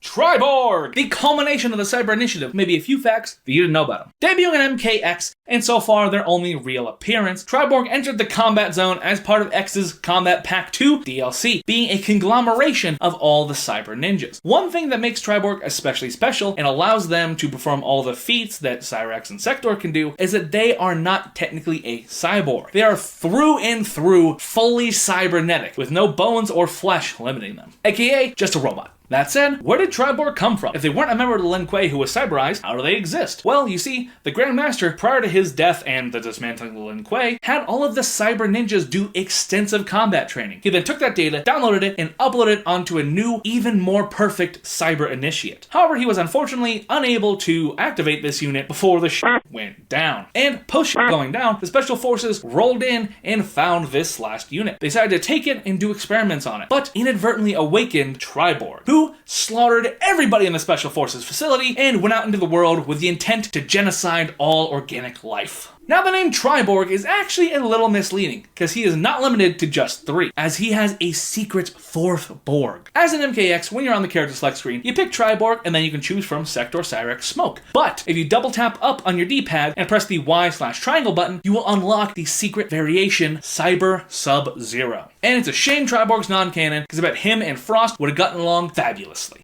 Draman, Ed Boon's second least favorite character they ever made, debuted in Mortal Kombat Deadly Alliance, and there may be a few facts that you didn't know about him. Say what you will about his character, Draman is a visually distinct SOB. From his flayed skin, to his spiky iron club, to this sword in his back that has no lore significance whatsoever that I can find. The main event, of course, being his signature mask, called the Face of Kun Lo. Not Kung Lao, Kun Lo. The Face of Kun Lo is an ancient Netherrealm artifact of great and mysterious origin that gives Draman vague power, but most importantly, allows him to harness his great Oni power and helped him to earn the title of the Oni Tormentor. Now, does that nickname mean that he is an Oni who torments, or does it mean that he torments other Oni? Unclear, possibly both. And speaking of the Face of Kun Lo, did you know that Draman's mask actually dictates his fighting style? According to the DA lore, when Draman has his mask on, he can focus all of his evil power into the Netherrealm fighting style, which is a more carefully dictated and disciplined, but even more lethal fighting style. However, when he takes the mask off, he goes mad with hellish rage, changing to the Oni style, where he attacks with reckless abandon like a wild beast. But in Armageddon, he lost both of those fighting styles, despite that they were intrinsically linked to him as a character. Instead, he now fights with the Hung Gar style, which actually is a real martial art, but what he does in the game does not really resemble the actual thing. They just thought that instead of keeping to what little established lore that Draman had, they would be cute and give the guy who looks like he's starving a fighting style that sounds like the word hunger. Now, what was Draman's actual role in the story? Well, this infamously cruel warlord, who was damned to hell for all eternity for his crimes against humanity, who found a magical demon mask that granted him great power, was just a flunky alongside Moloch. You know how in Scorpion's MK4 ending, he dragged Quan Chi to hell after learning the truth of what happened to his clan? Well, that arcade ending is completely canon to the timeline, and ever since then, Scorpion has been hunting Quan Chi for sport repeatedly. But Quan was able to acquire some backup, through Draman and Moloch. With the promise that he would free them from the Netherrealm, the two Oni acted as Quan Chi's personal gang squad, 2v1ing Scorpion anytime he tried to get near the sorcerer. However, once Quan Cheadle finally found a way out, he attempted to abandon his two loyal bodyguards, only for them to have secretly escaped as well, and are now on the warpath of vengeance against one half of the Deadly Alliance.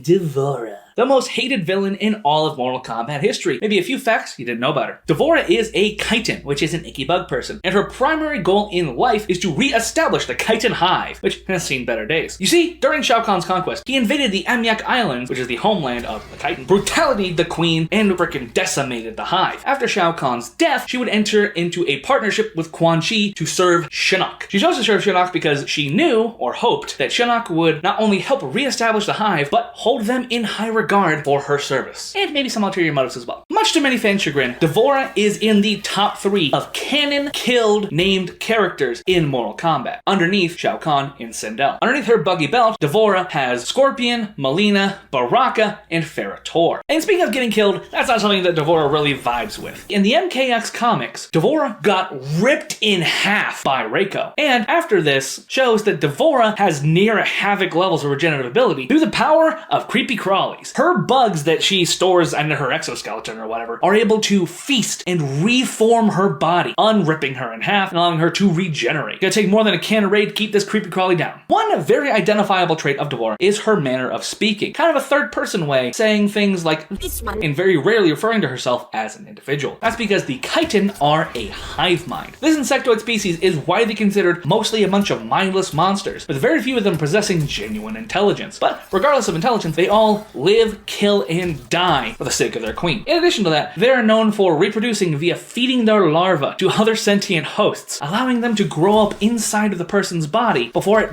bursting out, killing them, and the larva adopting certain characteristics of the host. Now, you may have heard that description and went, that sounds kind of familiar. That's because, yes, the chitin were heavily inspired by the xenomorph from Alien. Floyd, the newest Mortal Kombat ninja and the latest and greatest secret in the MK series. Maybe a few facts that you didn't know about him. And stick around to the end where I'll tell you how to fight him. Let's start off with, who is Floyd? He is the newest ninja in the realms of Mortal Kombat, as well as being the latest secret. Think like Reptile from the original Mortal Kombat, and like Reptile, his moveset is composed entirely of moves from other characters, mostly his fellow ninjas. It's not a laziness thing, it's tradition. And then his name, Floyd. There are no coincidences in Mortal Kombat, and it is no coincidence that the pink ninja is named Floyd. This ninja and his name are a reference to the band Pink Floyd, famous for Wish You Were Here, Comfortably Numb, and of course, The Wall. And this is not the first time the MK crew has named a ninja after a famous music thing, as Rain was named after the Prince album / song, Purple Rain, and Tremor was named after this famous track by Dimitri Vegas. While Floyd just came into being as the latest ninja and secret in Mortal Kombat 1, the idea has been around for a minute. Ed Boon first said out loud that the next MK ninja he wanted to make would be pink during a Game Informer interview from 2019. Came up with a new ninja, what color would it be? Pink. But the idea of a pink ninja named Floyd has been floating around out there for longer than that. With this tweet from Ed Boon from 2012. RT at Matt Bodega. Why is there no pink MK ninja named Floyd? EB. Damn it, why did you suggest that during MK3? Well, guess what, Matt?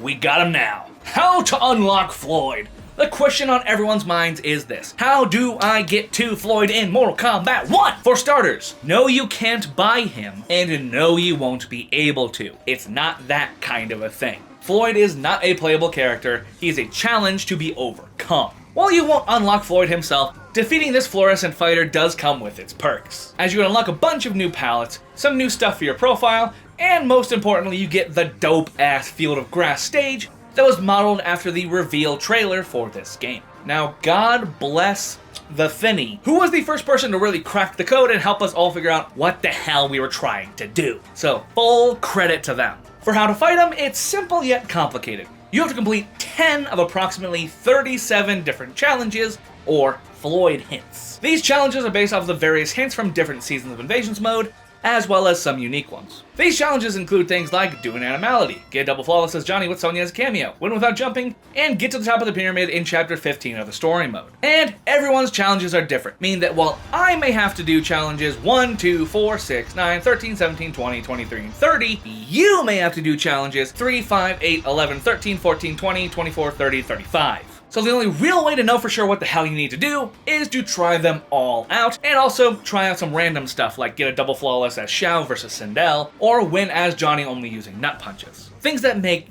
kind of thematic sense. You can do these challenges in local multiplayer versus the CPU, arcade towers, and towers of time. And once you get the 10 different Floyd hints that you need, the screen will shatter like glass, and you're off to the races. Keep in mind, it is a tough fight, but you get a couple of retries if you do fail. And if you win, then you get both reward and bragging rights, something that I have yet to gain. Fujin, Raiden's brother, the god of wind, and maybe a few facts that you didn't know about him. Fujin made his debut in Mortal Kombat Mythologies, guarding Shinnok's amulet and impeding Bihan's quest. While in the actual game, it was shown that Bihan defeated Fujin by making the wind god self-destruct. It was then retconned in MK11 that instead, during Fujin and Sub-Zero's encounter, the Icy Boy actually just ran away from the god. You lost to me at your temple, Fujin. You did not win that fight.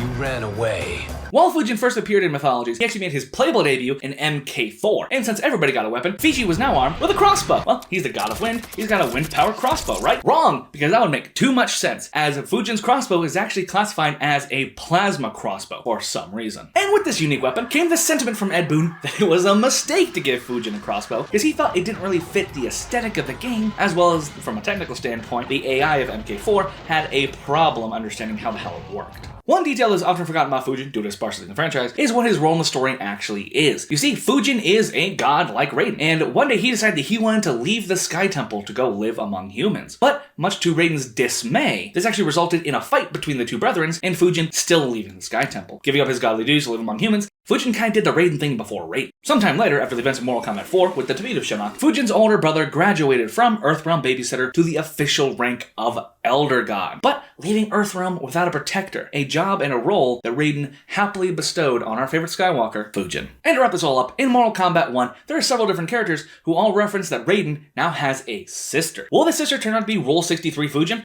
Garrus, a time construct created by Chronica, perfected by Liu Kang. This faithful time servant and future ruler of the time-space continuum is one of the newest members of the Mortal Kombat roster, but there may still be a few facts that you didn't know about him. Being a time construct, Garrus exists at a fixed point in time. What does this mean exactly? Well, it means that any attempts to kill him will cause his body to literally revert back to the previous state that it was prior to the injury. This also means that he cannot age, allowing him to have lived billions of lifetimes. And in those lifetimes, he has seen the Ice Age end. He's seen the rise and fall of every civilization, and most importantly, he saw the beginning of the Mortal Kombat tournaments. And not just that, he has insinuated that he may have actually fought the great Kung Lao. You're good, but you're no great Kung Lao. You've met my ancestor? He stood a chance against me. You have none. Now, Garrus has always had a very unique appearance. A bald black man with glowing blue eyes, a sigil in his chest, and covered in lion-like scars, which symbolize the wounds and deaths that he has suffered over the eons. But back when MK11 was still in beta, he was even more unique in his appearance, as he had bright blue blood, the same kind that Devora did. This was likely because they thought, why would a time construct have the same kind of blood as normal humans? But then they realized they didn't want to have to explain why he had the same kind of blood as the Bug Lady, and they decided to simplify it and have his be red like everyone else. Now, Garrus was named after the Greek god of old age, Garrus, which makes total sense as they're both the living embodiment of time and wisdom. However, this clever name was not the original intention, as early on in development, his name was actually going to be Terminus. While there is not an official answer as to why this change was made, I have a theory that it has something to do with this guy.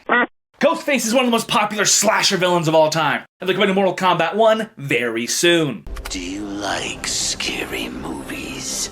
You kidding?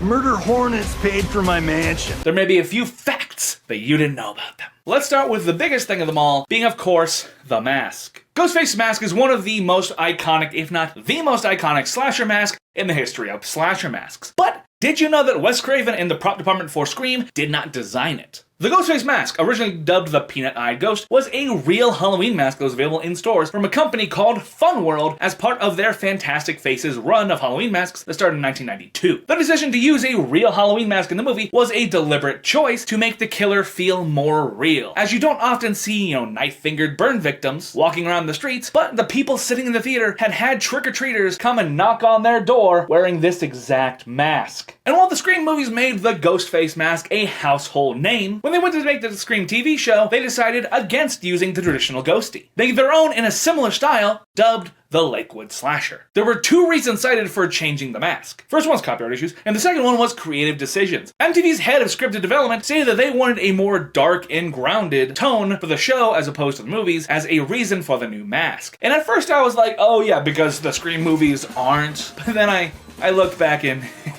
yeah. Now Ghostface made their crimson splash on the big screen, but they are no stranger to the world of video games, as this masked killer has appeared in several other games prior to their imminent arrival in the realms of Mortal Kombat. Ghostface appeared as a costume in Naughty Bear, as a playable character in Call of Duty, most famously as a playable killer in Dead by Daylight, and they even had their own short-lived mobile game to coincide with the then latest movie, Scream 4, which the game has unfortunately been delisted from both iOS and Android, and of course there's the less than official appearance in Terrordrome. Despite the immense success that Ghostface has had in gaming, they still have yet to join the ranks of Jason, Leatherface, and the Killer from Outer Space, and getting their own proper, dedicated video game. We can only hope. Will Ghostface's appearance in Mortal Kombat 1 be their best yet? Have to wait and see. Part of the fun of the Ghostface killer is that it's someone new every time, and it's usually more than just one person. This white-faced has been played by 13 different actors, 17 if you cut the Lakewood Slasher. But while the person behind the mask is constantly changing, the voice has remained the same no matter who is behind that mask. The voice of the voice being Roger L. Jackson. Hello, Sydney. Hello, Sydney. Hello, Sydney. Who is returning for Ghostface's appearance in MK1. What's your favorite scary movie? That said, Roger might not be the only one making a comeback, as Matthew Lillard, who played one of the original Ghostfaces, swears that his character Stu is still alive. Listen, Stu is definitely alive. Right? Yeah. I mean, my character Stu is definitely alive, right? However, the screenwriter for Scream claims that Stu is indeed dead. Who are you gonna believe? All that said, now we just gotta wonder, who is gonna be behind that mask in Mortal Kombat 1? Peacemaker, aka John Cena, is going to Mortal Kombat 1 tomorrow. Maybe a few facts that you didn't know about him. Peacemaker is a DC Comics character that's known for his role in the Suicide Squad, aka Task Force X. But did you know that he was originally not a DC character? No, he was actually part of Charlton Comics. His initial debut was in Fightin' 5 issue 40, released in 1966, before getting his own personal short-run comic series where he was a full-blown superhero. And something you probably would have never guessed based on what we know about him now is that initially Peacemaker was a pacifist before being forced into violence. And he debuted officially for DC during the Crisis on Infinite Earth storyline. And speaking of Peacemaker's comic book origins, in one of the most recent Squad runs, creatively titled Squad, Peacemaker is no longer just a member of Task Force X, he is now the leader. You may think this is just because of the hype train around John Cena, but no, because the comic book run actually came out in March of 2021, where the movie came out in August of 2021. Maybe they're just hedging their bets that people would love Cena. Maybe it's a coincidence, who knows. Of course, we all know that Peacemaker's about to be in Mortal Kombat 1, and while this is his first fighting game appearance, this is not Peacemaker's first video game appearance overall, as he appeared in Scribblenauts Unmasked, a DC Scribblenauts crossover that came out in September 2013. And look how cute he is! He looks just like John Cena. And speaking of other mediums, we all know that one of the best parts of the Peacemaker show on HBO is the side characters. Judo Master, Vigilante, his dad, and the most iconic one of them all being his pet eagle, Eagly. Like so many other characters, Eagly has a long, rich history in comics, originally having debuted in Challenge of the Gods, a Wonder Woman comic that ran from September of 87 to March of 88. Eagly was actually a pet of Wonder Woman, and having been born on the Amazonia Islands, he had unnaturally long life, as well as unnatural strength. Peacemaker first met Eagly when Task Force X was sent to the Amazonia Islands to capture Diana for questioning. And during these events, I'm just f***ing with you, Eagly was an original creation of the HBO show. That said, Eagly has made his official comic book debut in Strange Love Adventures issue 1 from 2022. And how sweet is that? Now, Peacemaker is pretty much just a normal guy. Like Punisher or Batman, he might be jacked, but all of his super abilities come from his guns and his gear. Or do they? There might be some superpowers in there somewhere. As in the pilot of the HBO show, they explained how it was a miracle that he survived the ending of the Squad. Was this just an offhanded joke to justify why they brought John Cena back? Or is this a tease of the future? Have to wait and see. But in the meantime, he's sticking with the power of technology, and the most notable technology of them all being his iconic helmet. These helmets, these tools of peace and justice, assist Peacemaker in his missions in many different ways. And unlike Eagly, the helmet's origins do go back to the comics. Functions they serve including Sonic Boom, his Nightwolf deflector shield, the ability to protect him from extreme temperatures, suck it Scorpion Sub-Zero, the ability to breathe underwater, suck it rain, and more! I'm excited to see how many of these actually come up in the game.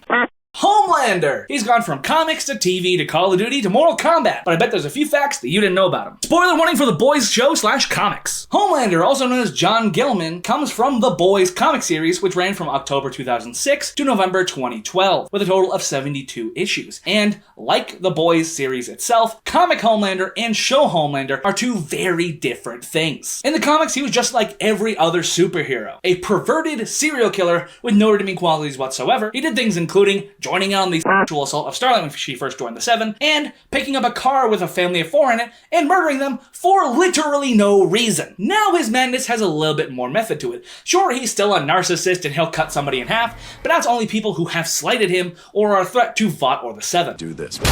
And one of the biggest differences between comic Homelander and show Homelander is that he did not have a son in the comics. So Ryan, Homelander, Butcher, and that whole plotline are completely unique to the show. One thing that actually stands out about Homelander, but is easily missable, is his remarkable control over his heat vision. We've all seen the clips and things from the show of him cutting through people like butter with his laser eyes. But he can actually dial it back as far as he sees fit. His lasers can go from melting metal and ripping apart flesh, to penetrating flesh but not going through the bone, to not even being hot enough to melt plastic, as seen in the infamous milk scene. That level of control is impressive for somebody who is noted for not having a lot of restraint. One thing that is painfully obvious to us, the audience, is his parallels to DC's Superman. From his role in the Boys' universe, to his outfit, to his powers, which include super strength, super durability, super stamina, super speed, super healing, slowed aging, he's supposed to be in his 40s, heat vision, x-ray vision, super healing, super smell, super voice / screeching powers, flight, of course, and the ability to come back from certain death. As long as he has some level of brain function, he will regenerate from any injury. But there is one thing canonically that Homelander doesn't have that Superman does,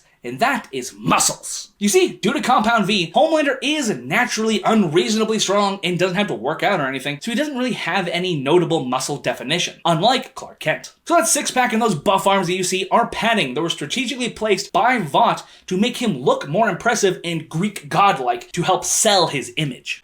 The Predator, also known as the Yautja or the Hishkuten, came hunting for worthy prey in Mortal Kombat X. And with Predator Badlands coming out today, there may be a few Mortal Kombat related facts that you didn't know about him. For starters, while the Predator did not officially show up until MKX, his influence has been on the franchise since the very beginning. As a scene from the original Predator movie inspired what might be the single most famous fatality of all time, being Sub-Zero's spine rip.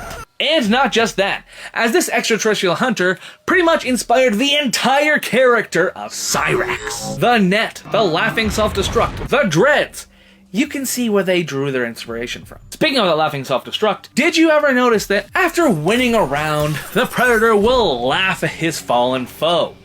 But it's not just any normal laugh, it is the opponent's own laugh.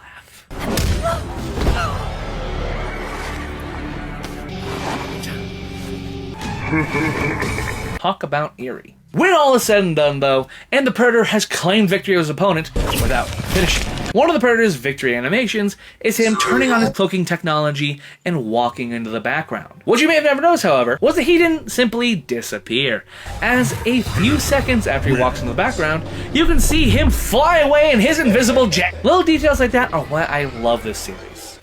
Kratos! Everyone's favorite Mortal Kombat character, maybe a few facts you didn't know about him. This one's for you, Snicky. The first ever guest character in MK history, Kratos was summoned to the tournament by Shao Kahn, as the ruler of Outworld desired a true ace in the hole. However, while Shao's ritual managed to summon Kratos, it failed to keep the god of war under his control, leading to Kratos vowing to slay the Emperor Khan of Outworld instead of fighting on his behalf. Talk about best laid plans. So in Kratos' ending, it shows that after he defeated Shao Kahn, he found himself face to face with the resident gods of Mortal Kombat, Fujin and Raiden. But instead of of slaying the gods, he actually gained their respect and appreciation, with them bowing to him. Since he had no beef with them personally, and the God Brothers showed to not be as big of dicks as the Olympians as he was used to, Kratos just accepted their thanks and went back to his world, but keeping the debt of gratitude that they owed him on his mind. Now, Kratos was a guest in the Seven Realms, and while generally guest characters are considered fully non-canon, that may not be the case here. As in GOW Ragnarok, during some downtime, Mimir asks Kratos about the one time that he participated in a tournament, and while Kratos claims that he's participated in many contests in his day, some of the details that Mimir gives sound very familiar. But this particular one,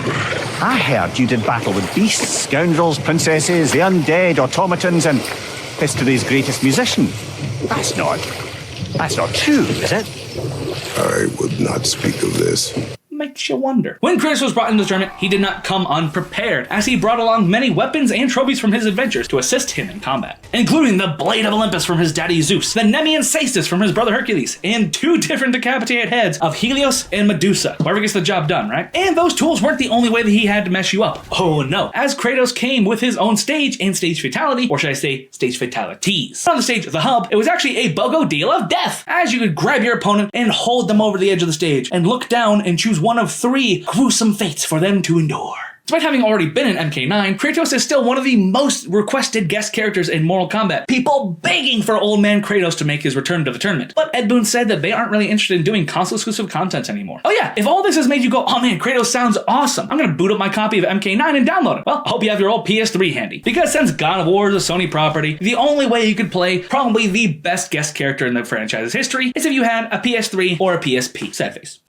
Hydro! This long-forgotten member of the Lin Kuei held the mantle of Water Ninja long before the Prince reference was ever made. There might be a few facts that you didn't know about him. By the way, if you haven't followed yet, go ahead and do that. I promise you won't get wet, unless you want to. This hydrodynamic ninja made his debut in Mortal Kombat Blood and Thunder comic book series in October 1994. That's right, 94. Rain made his debut in UMK3 on October 6th, 1995. Now, in the Blood and Thunder comics, Hydra was Sub-Zero's comrade who was traveling with him. When the two of them got separated, Scorpion hunted down Hydra in order to get back at Sub-Zero for ing him. So Hydra did not last long in his debut. Now you may be wondering, why do they have 2 different water-based ninjas in the same year period? And why did Hydra get the boot in favor of Rain? Well, the answer to that is unclear. Ed Boon hasn't talked much about Hydra, and neither has anyone else besides fans, for the last 29 years. So we don't have a solid answer as to why Hydra got the boot. While he missed the mark for being playable, Hydra made his triumphant return in the 2011 web series Mortal Kombat Legacy, where he was now known as a Unit LK1v1, one of the very first of the Lin Kuei to be cyberized and the oldest at the age of 50. Cyber Hydra was brought out to face the freshly cyberized Cyrax and Sector in combat and test their abilities. Then you've got his most recent starring role in Mortal Kombat 11 as an assist token that you can use in the challenge towers. Which, isn't that way better than him being playable, a cameo, or even an NPC in the story?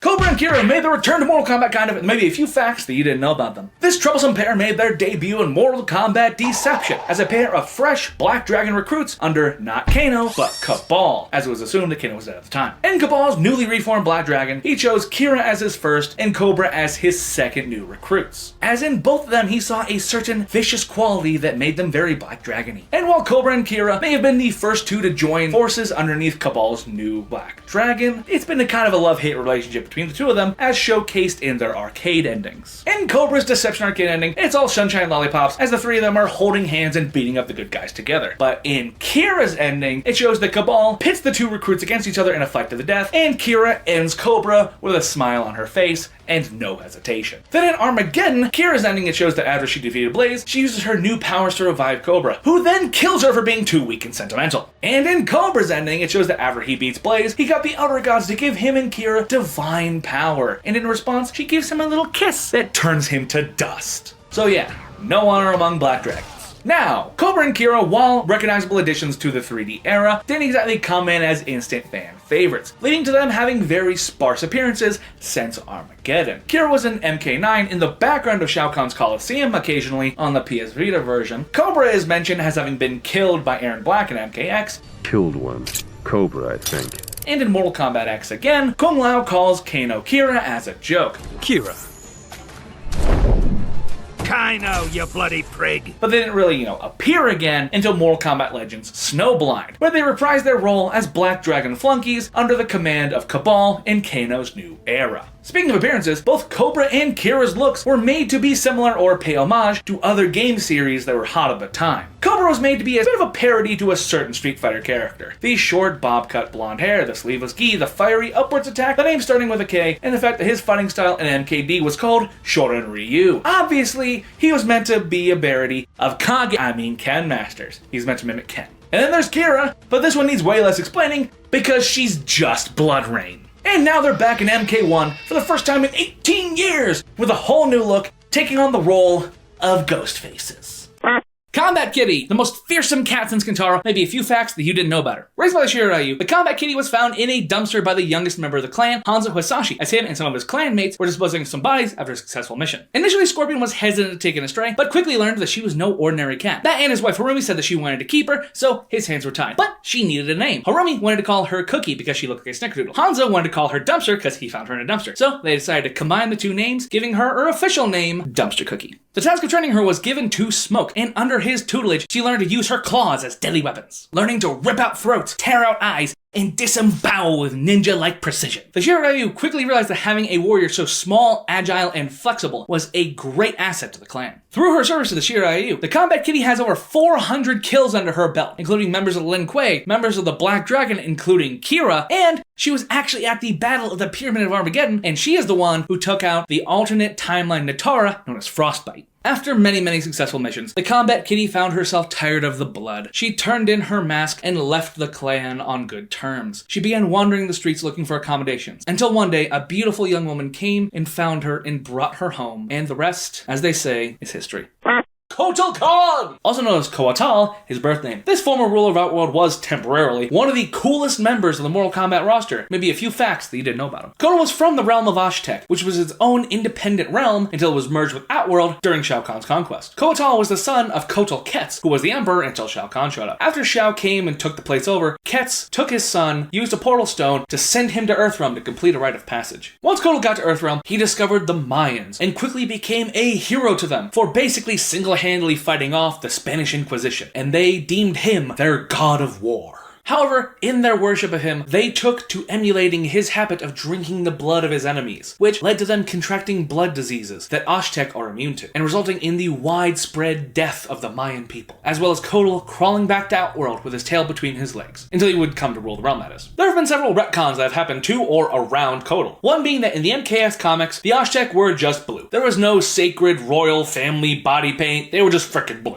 This got changed almost immediately with MKX proper, where you can see that Kotal Khan's real natural skin tone is beige. In addition, the introduction of Kotal was when the term Khan became synonymous with ruler of Outworld. They did such a good job with this that a large part of the MK community forgot or didn't know that just one game in the last 22 years prior, the ruler of Outworld's official title was Emperor Shao Kahn. So until Kotal, Khan was just Shao's last name. Speaking of Shao, him and Kotal actually used to be buddies. After returning from Earthrealm, Kotal became a high-ranking general in Shao's army. But Shao feared Kotal, seeing his potential as well as the loyalty that he had garnered. So Shao banished him down into Shang Tsung's flesh pits to be imprisoned and experimented on. But after the events of MK9, when Shao and Shang were both dead, he was released and began his campaign to become the Khan of Outworld, overthrowing Melina's half-assed Khanum reign. Now, despite all that, plus him chopping off Goro's arms, killing King Gorbak, killing Tanya, and laying pipe in Jade, Kotal got no respect on screen from the MK crew.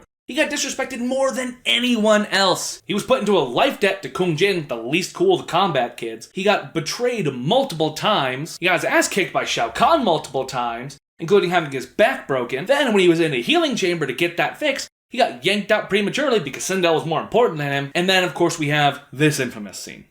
Takeda! This unofficial Mortal Kombat ninja is coming back to Mortal Kombat 1 very soon. Maybe a few facts that you didn't know about him. Takeda made his initial debut in the MKX comics, being the son to a woman named Suchin. However, Suchin suffered from anime mom syndrome, and she died before the comic officially started, having been killed by the Red Dragon, who were searching for Takeda's father, the blind swordsman, Kenshi. Both Takeda and Kenshi didn't know the other one existed until Suchin reached out to Kenshi to say, "Hey, I'm about to be murdered, come get your son." After Kenshi retrieved Takeda, he went to Hanzo Scorpion for assistance and and protection. As Kenshin went to hunt down and slaughter the Red Dragon to get revenge for Sujin, he left Takeda with Hanzo to be trained in the ways of the Shirai Ryu. And in a way, it was almost like fate, as Takeda shares a name with the founder of the Shirai Ryu clan. Now Takeda made his game debut, and only other game appearance so far, in MKX, a game that some people consider the best Mortal Kombat game of all time. However, he did not come alone, as Takeda debuted in MKX as part of a group of Special Forces rookies, colloquially referred to as the Combat Kids, which included his love interest, Jackie Briggs, daughter of Jax. In the story, we learn that Takeda, in addition to being trained in the ways of magic ninjutsu, also inherited telekinesis from his papa. And also like his papa, at one point there's a tease of him getting blinded, but he is saved by the power of love. And in this new trailer, there is not a current indication that he still maintains his telekinesis, so in MK1, pretty good chance that Takeda got Johnny Cage. So Takeda debuted in X and is returning in Mortal Kombat 1, but he skipped out on 11. Why is that? Well, in various intro dialogues, it's mentioned that Takeda proposed to Jackie. You plan to marry my Chujin. Takeda got smart and put a ring on it. As well as his location being classified information. So based on all of that, we can all assume that Takeda is simply off on a Special Forces Dark Op, or is currently planning his and Jackie's wedding, or both somehow. But that might be a little optimistic, and it could be much more sinister than that. You see, once the Joker came to MK11, Takeda's true fate may have finally been revealed. Especially since of all the guest characters, the Joker is the only one that truly is canon to the MK universe. Take a listen to this intro dialogue between Jackie and Joker. My congratulations to the bride. You know about me and Takeda? Pain makes your fiancé very chatty. That doesn't sound good. So did Joker truly kidnap, torture, and potentially kill Takeda behind Jackie's back? Thanks to the hourglass, we'll never truly know.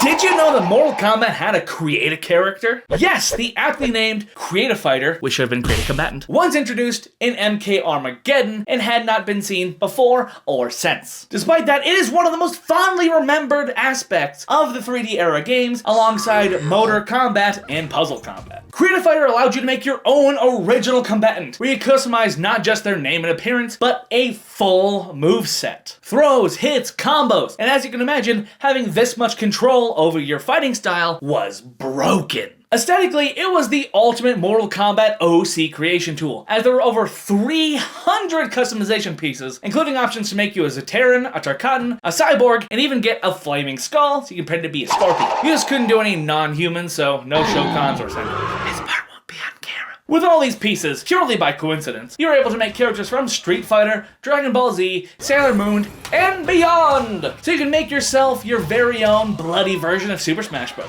With all those copyright infringing offers that Create a Fighter's customization offered, there was only one lawsuit that the KAF system caused, being from the anti-video game activist and disgraced lawyer and politician, Jack Thompson. As during the lead-up to the release of Armageddon, a picture circulated of Mr. Thompson going hand-to-hand with Meat on the subway stage. He caught wind of this and sent a cease and desist to Midway and the MK crew, claiming that they were using his likeness without his consent. However, then quickly came out that this quote-unquote secret unlockable appearance in the game was the result of an article from Gaming Target, showing off a dozen different characters like Jason Voorhees, Hulk Hogan, Silent Bob, and of course, the disbarred lawyer, Jack Thompson. So as you can imagine, that C&D went nowhere, and the whole gaming community had a good laugh. Now, if you're a hardcore fan of Create a Fighter, I hate to tell you that you probably shouldn't hold your breath for its return. As the man himself, Ed Boon, didn't particularly care for it, said it was a huge undertaking, and threw a massive monkey wrench into the heart of Mortal Kombat, being the fatalities. In an interview with Screen Rant, Ed talked about how people hated the Create a Fatality system, which, while a novelty, did kind of suck eggs, and making a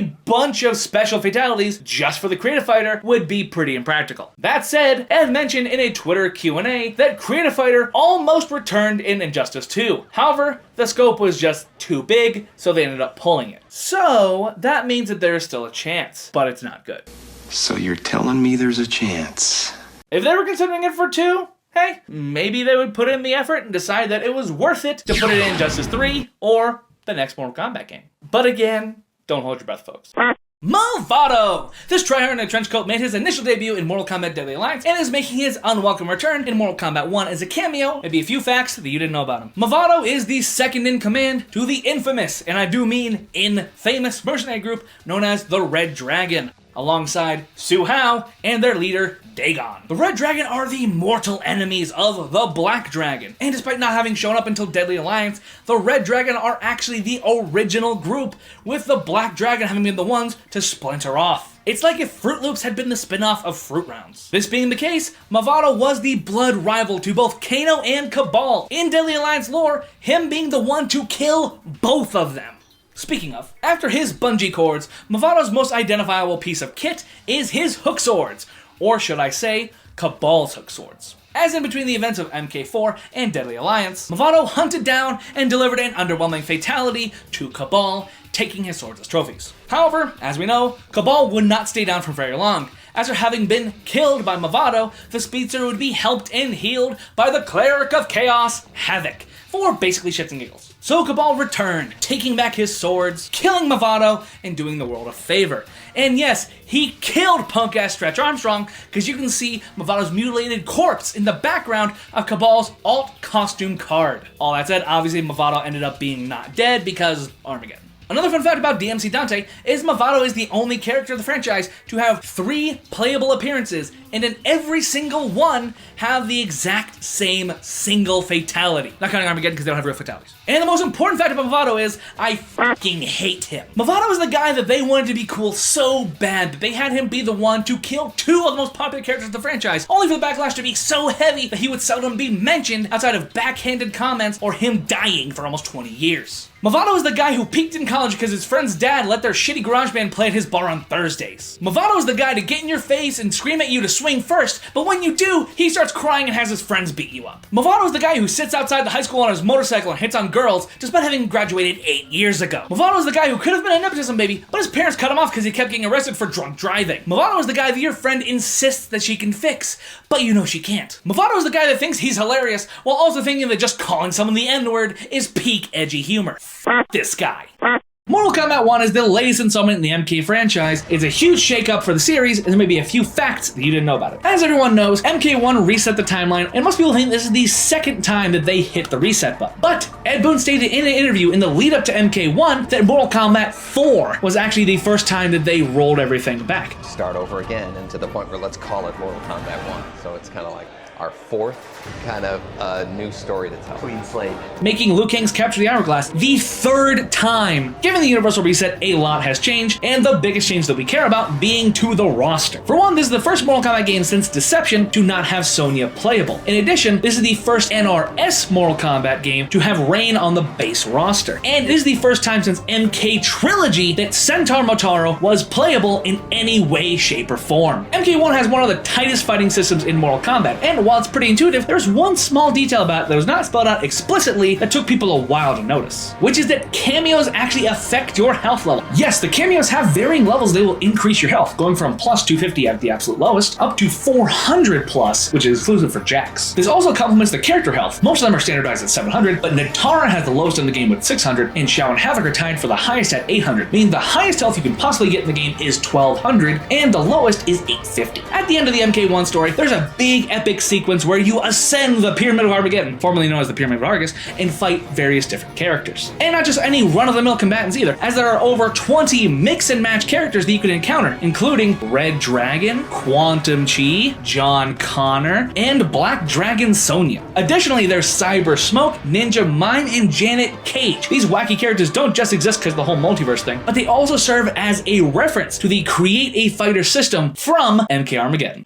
Mortal Kombat 9 is one of the best fighting games ever made. There might be a few facts that you don't know about it. Well, for starters, Mortal Kombat 9 is not officially its real title. Technically, it is just called Mortal Kombat. But everyone just kind of agreed that was dumb and agreed to call it MK9. Now, this game was based off of the original Mortal Kombat trilogy. Not Mortal Kombat trilogy, but the first 3 games. And this was reflected not just in the story and the roster, but also in the secrets. You see, in Mortal Kombat 9, they recreated all 4 of the famous secret fights from the arcade era of Mortal Kombat. Reptile, Jade, Smoke, and Noob Saibot. If you go through the arcade mode and do all the right steps, you can recreate the secret fights. If you have a copy of the game lying around, go through and see if you can get them all. Now in MK9, they brought back an old school feature, which was combat codes. There are 44 different combat codes that you can punch in the beginning of a match. They had all kinds of wacky buffs, debuffs, and BS that changed the game greatly. Things like turning on classic music, disabling special moves, and completely disabling blood. Another thing they brought back was the Crypt, a yard of torture and death where you could pay to desecrate graves and rip people in half and get fun prizes. But you don't have to double flawless Shao Kahn on expert in order to be able to afford to shop here, as each of the 4 different areas has a secret chest with 5,000 coins in it that you could unlock. And at an average of about $7.50 per thingy, that is about 28 free pulls. Mortal Kombat 9 undoubtedly has the best roster of any Mortal Kombat game, but it was almost better, as Fujin and Tanya nearly made it in. Fujin got as far as to have his voice verbalized in the game. Fujin. And Tanya got her model in, both of which allegedly were just cut for time purposes. And while those two missed the train entirely, there was a couple of people who got on the train but actually weren't allowed to get off. That being the boss characters, Goro, Kintaro, and Shao Kahn. All 3 of them were originally going to be completely playable. They had their own bios, arcade endings, babalities, fully fleshed out movesets. But they were all cut. However, if you mod the PC versions, you can still play as them. Ed went on record of saying that it's because they want to keep boss characters special and like a unique thing. But in reality, it's probably also just budget time reasons.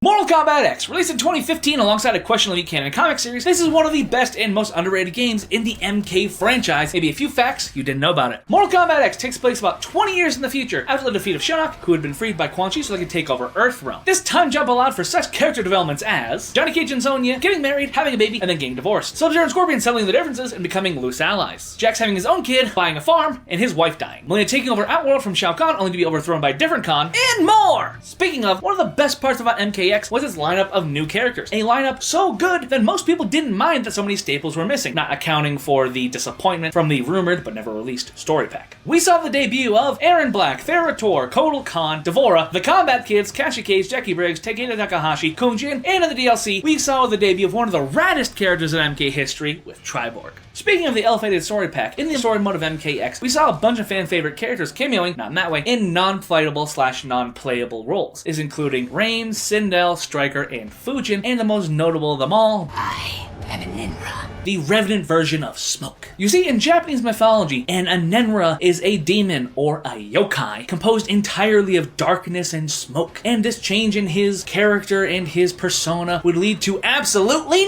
nothing, as he played no notable role in the story. He was not even mentioned in 11, ending with a universal reset. So Chekhov would be very disappointed. In X, Quan Chi is the one who revived all these revenants to serve as his personal slaves. And 2 of these slaves included Jax and Sub-Zero. But while Jax maintained his metallic arms, Sub-Zero was back to his squishy human form, despite having been cyberized in 9. Why is this? It's because in the MKX comic, as Quan Chi was observing his new collection of toys, he had come to the decision that the cyberization was actually holding Sub-Zero back. And so he decided to give Kuai Liang his body back, taking the brain and spine that remained from Sub's former corporeal state and wrapping a new layer of flesh around it. MKX also marked the return and reimagining of 2 systems that actually existed in previous MK games, being the Variation system and Brutalities. Variations are a play off the fighting style system, which debuted in Deadly Alliance and persisted through Armageddon, where instead of just having one fighting style, you had multiple you could cycle through. But now in X, it was just a matter of pick one before you start the fight. And now Brutalities are no longer just a super big combo that you hit your opponent with until they explode into 42 rib cages. Now it's a down and dirty, quick, impromptu fatality, where mid-combo or from a random special move, you can finish your opponent. And capping off with an MKX Easter egg rapid fire! Kesuke's headphones during her intro are playing the MK Trilogy option select music, which is a bop for some reason. If you pick Jax and Johnny Cage's Predator themed outfits when they're facing each other, they'll do the "you son of a bitch" thing from Predator. You son of a bitch.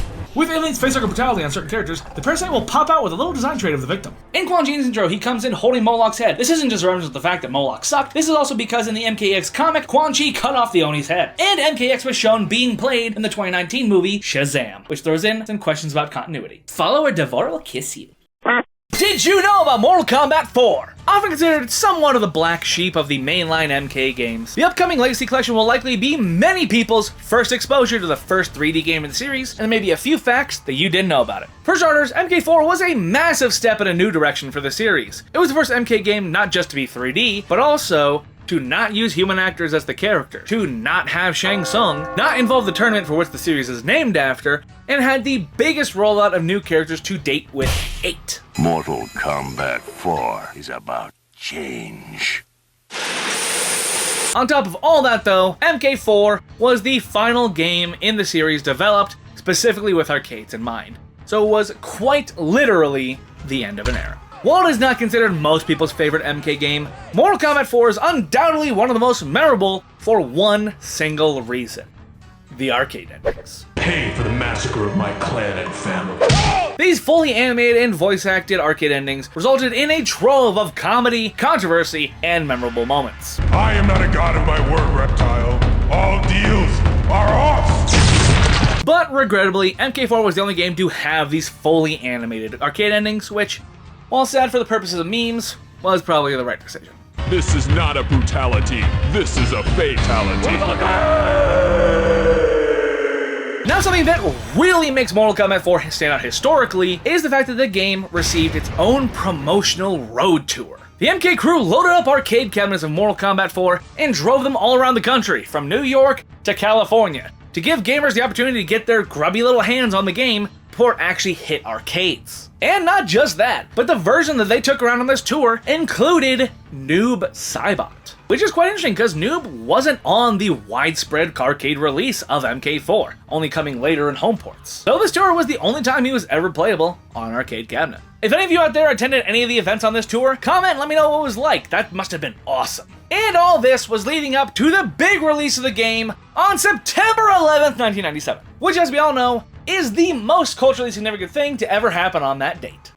Mocap! This motion capture artist went from a joke character to one of the most hated characters in all of fighting games. Might be a few facts that you didn't know about. Mocap is a retired martial arts instructor from Chicago and is a friend and associate of Johnny Cage. Post-events of Deadly Alliance, Johnny called up the man known as Mocap to come and help him do the motion capture for his movie about the events, and then once the movie wrapped, Mocap was sent to Midway to go and do the motion capture for the video game adaptation of the movie. Now this guy's got balls, literally, as he fights in a motion capture suit, also known as a mocap suit, which he's named after. But that said, Mocap is not his full official name. As in his arcade ending in Deadly Alliance, you can see that he is referred to as Mocap Man. Mocap made his debut in Deadly Alliance as a secret character alongside Blaze, another controversial figure in the community. This was a big role to fill as he was in the company of Reptile, Jade, Smoke, and Noob Saibot. So fans' expectations were high for who the secret character in MK Deadly Alliance might be, and let's just say the community was not thrilled with who they got. While the history of secret characters in Mortal Kombat is stuff like, in the arcade mode, defeat this guy only using low kicks or whatever, Mocap's is actually pretty simple. Just complete the conquest mode with every single character completely, and then when you go into character select screen, go down to Cyrax and press down in the select button at the same time, boom, you got Mocap. Speaking of Blaze and Mocap's fan hatred, in Armageddon, his reputation seeped a bit into his arcade ending. As it is said, if Mocap was the one to defeat Blaze, then everybody at the pyramid would die, including himself, as the power of the blast of Blaze's defeat would send Mocap's soul and his little balls into this Edenian sky, turning him into the constellation Mocap.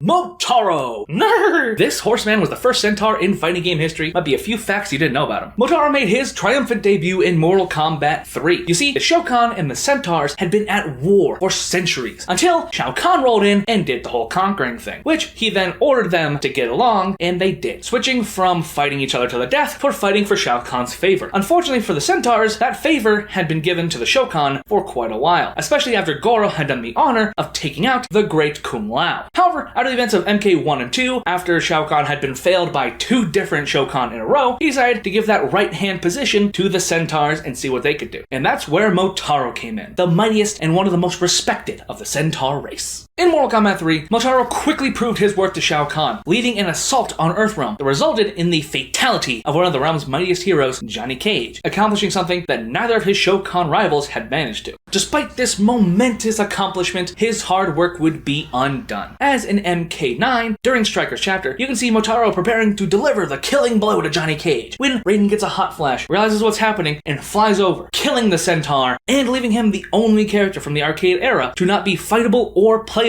on the MK9 roster, and we wouldn't see hide nor hair of him again until Mortal Kombat 1. And this was not the only injustice that Motaro would withstand. In Mortal Kombat Armageddon, they brought in every single character who had ever played a combat role in the story as a playable character. There was one problem though. Every single member of the Mortal Kombat roster had 2 legs, except for Motaro. So to help with this logistical programming nightmare, the Shao Kahn were nice enough to go ahead and put a curse on their longtime foes, turning their entire race from 4-legged centaurs into 2-legged minotaurs in an effort to depower and demoralize them. Only there was one issue with this, which was that the demoralizing was a little too effective and stretched out from the centaurs into the real world.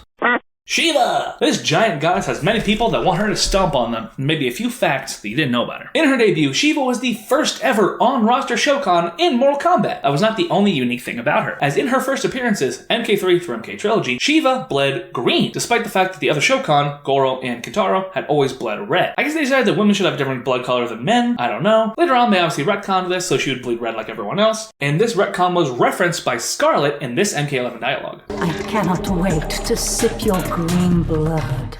Shokan blood runs red, Scarlet. You must be from a different timeline. And speaking of MK11, it is shown and said in the MK11 Aftermath DLC, after King Gorbak's death, and given that Goro was already technically dead, Shiva ended up becoming the queen of the Shokan and their leader, which makes it even more of a shame that she got relegated to an offhand mention in MK1. Now Shiva is named after the Hindu god Shiva. However, her personality is closer to a different Hindu god named Kali, as Kali is also female and is also known for being associated with death and destruction, so, Mortal Kombat. In addition, Kali was said to destroy evil in defense of the innocent, i.e. was a protector, and in MK11, it is said that Shiva was originally Sindel's personal bodyguard before the Empress's demise. And in Mortal Kombat Armageddon, in Shiva's arcade ending, she was literally transformed into a god of destruction by the Elder Gods. So there aren't even 6 degrees of separation there.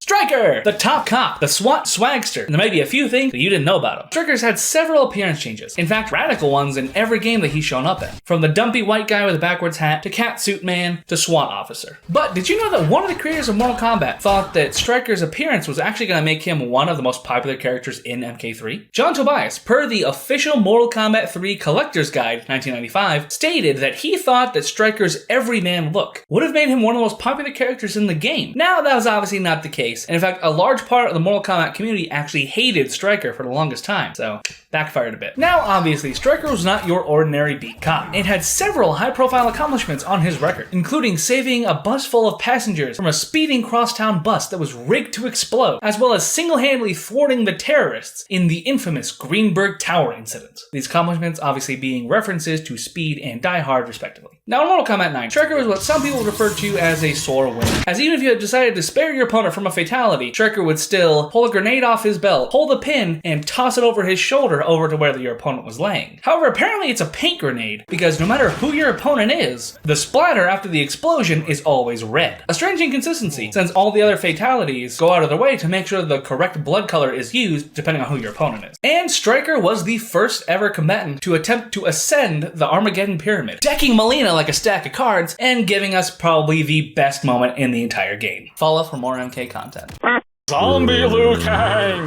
The dead predecessor to the Revenant Liu Kang that took over half of the NRS era. Maybe a few facts that you didn't know about him. For starters, where did Zombie Liu Kang even come from? Well, he was a creation of Dark Raiden, being one of the only things that character ever actually did. After blowing himself up, fighting alongside the Deadly Alliance to try and take out Onaga, Raiden revived as an evil version of himself, and decided that any and all threats to Earthrealm, no matter how big or small, must be eliminated with extreme prejudice. And to help him enforce this new policy, he revived the body of Liu Kang, but not his spirit. You see, while Zombie Liu Kang retained Liu's muscle memories for combat, which he used to kill tons of people under Dark Raiden's influence, Liu's spirit was absent from this abomination of the natural order, as his spirit was busy helping the forces of light defeat Onaga. After the Dragon King was defeated, Spirit Liu went to reconnect with his body and stop the rampage. However, once the two were reunited,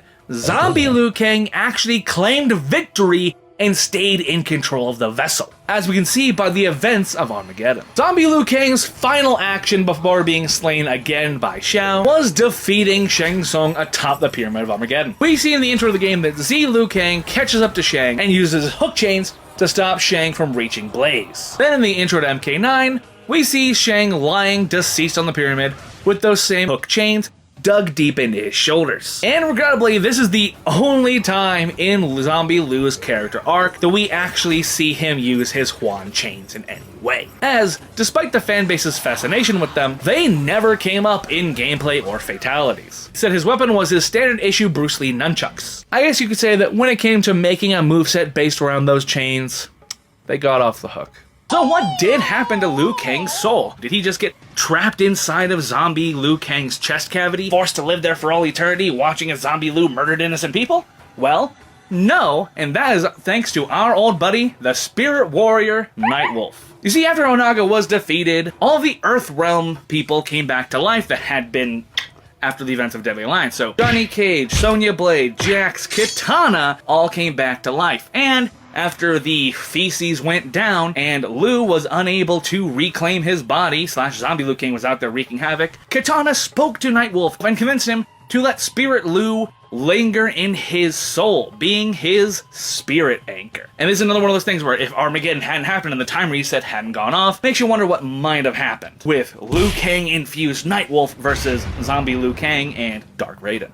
Thanks for watching, and by the way, you feel free to go sign up for the Patreon, because remember, we have moved over to a payment optional model now, so if you want to help support me, sweet. Otherwise, feel free to hop in there and see what's going on, see all the different content I've got, some of the behind-the-scenes stuff. It's a good time, it's a fun place, and again, it's free to come in if you want, but also if you want to throw me a couple bucks, that would be appreciated. Anyway, love you, bye.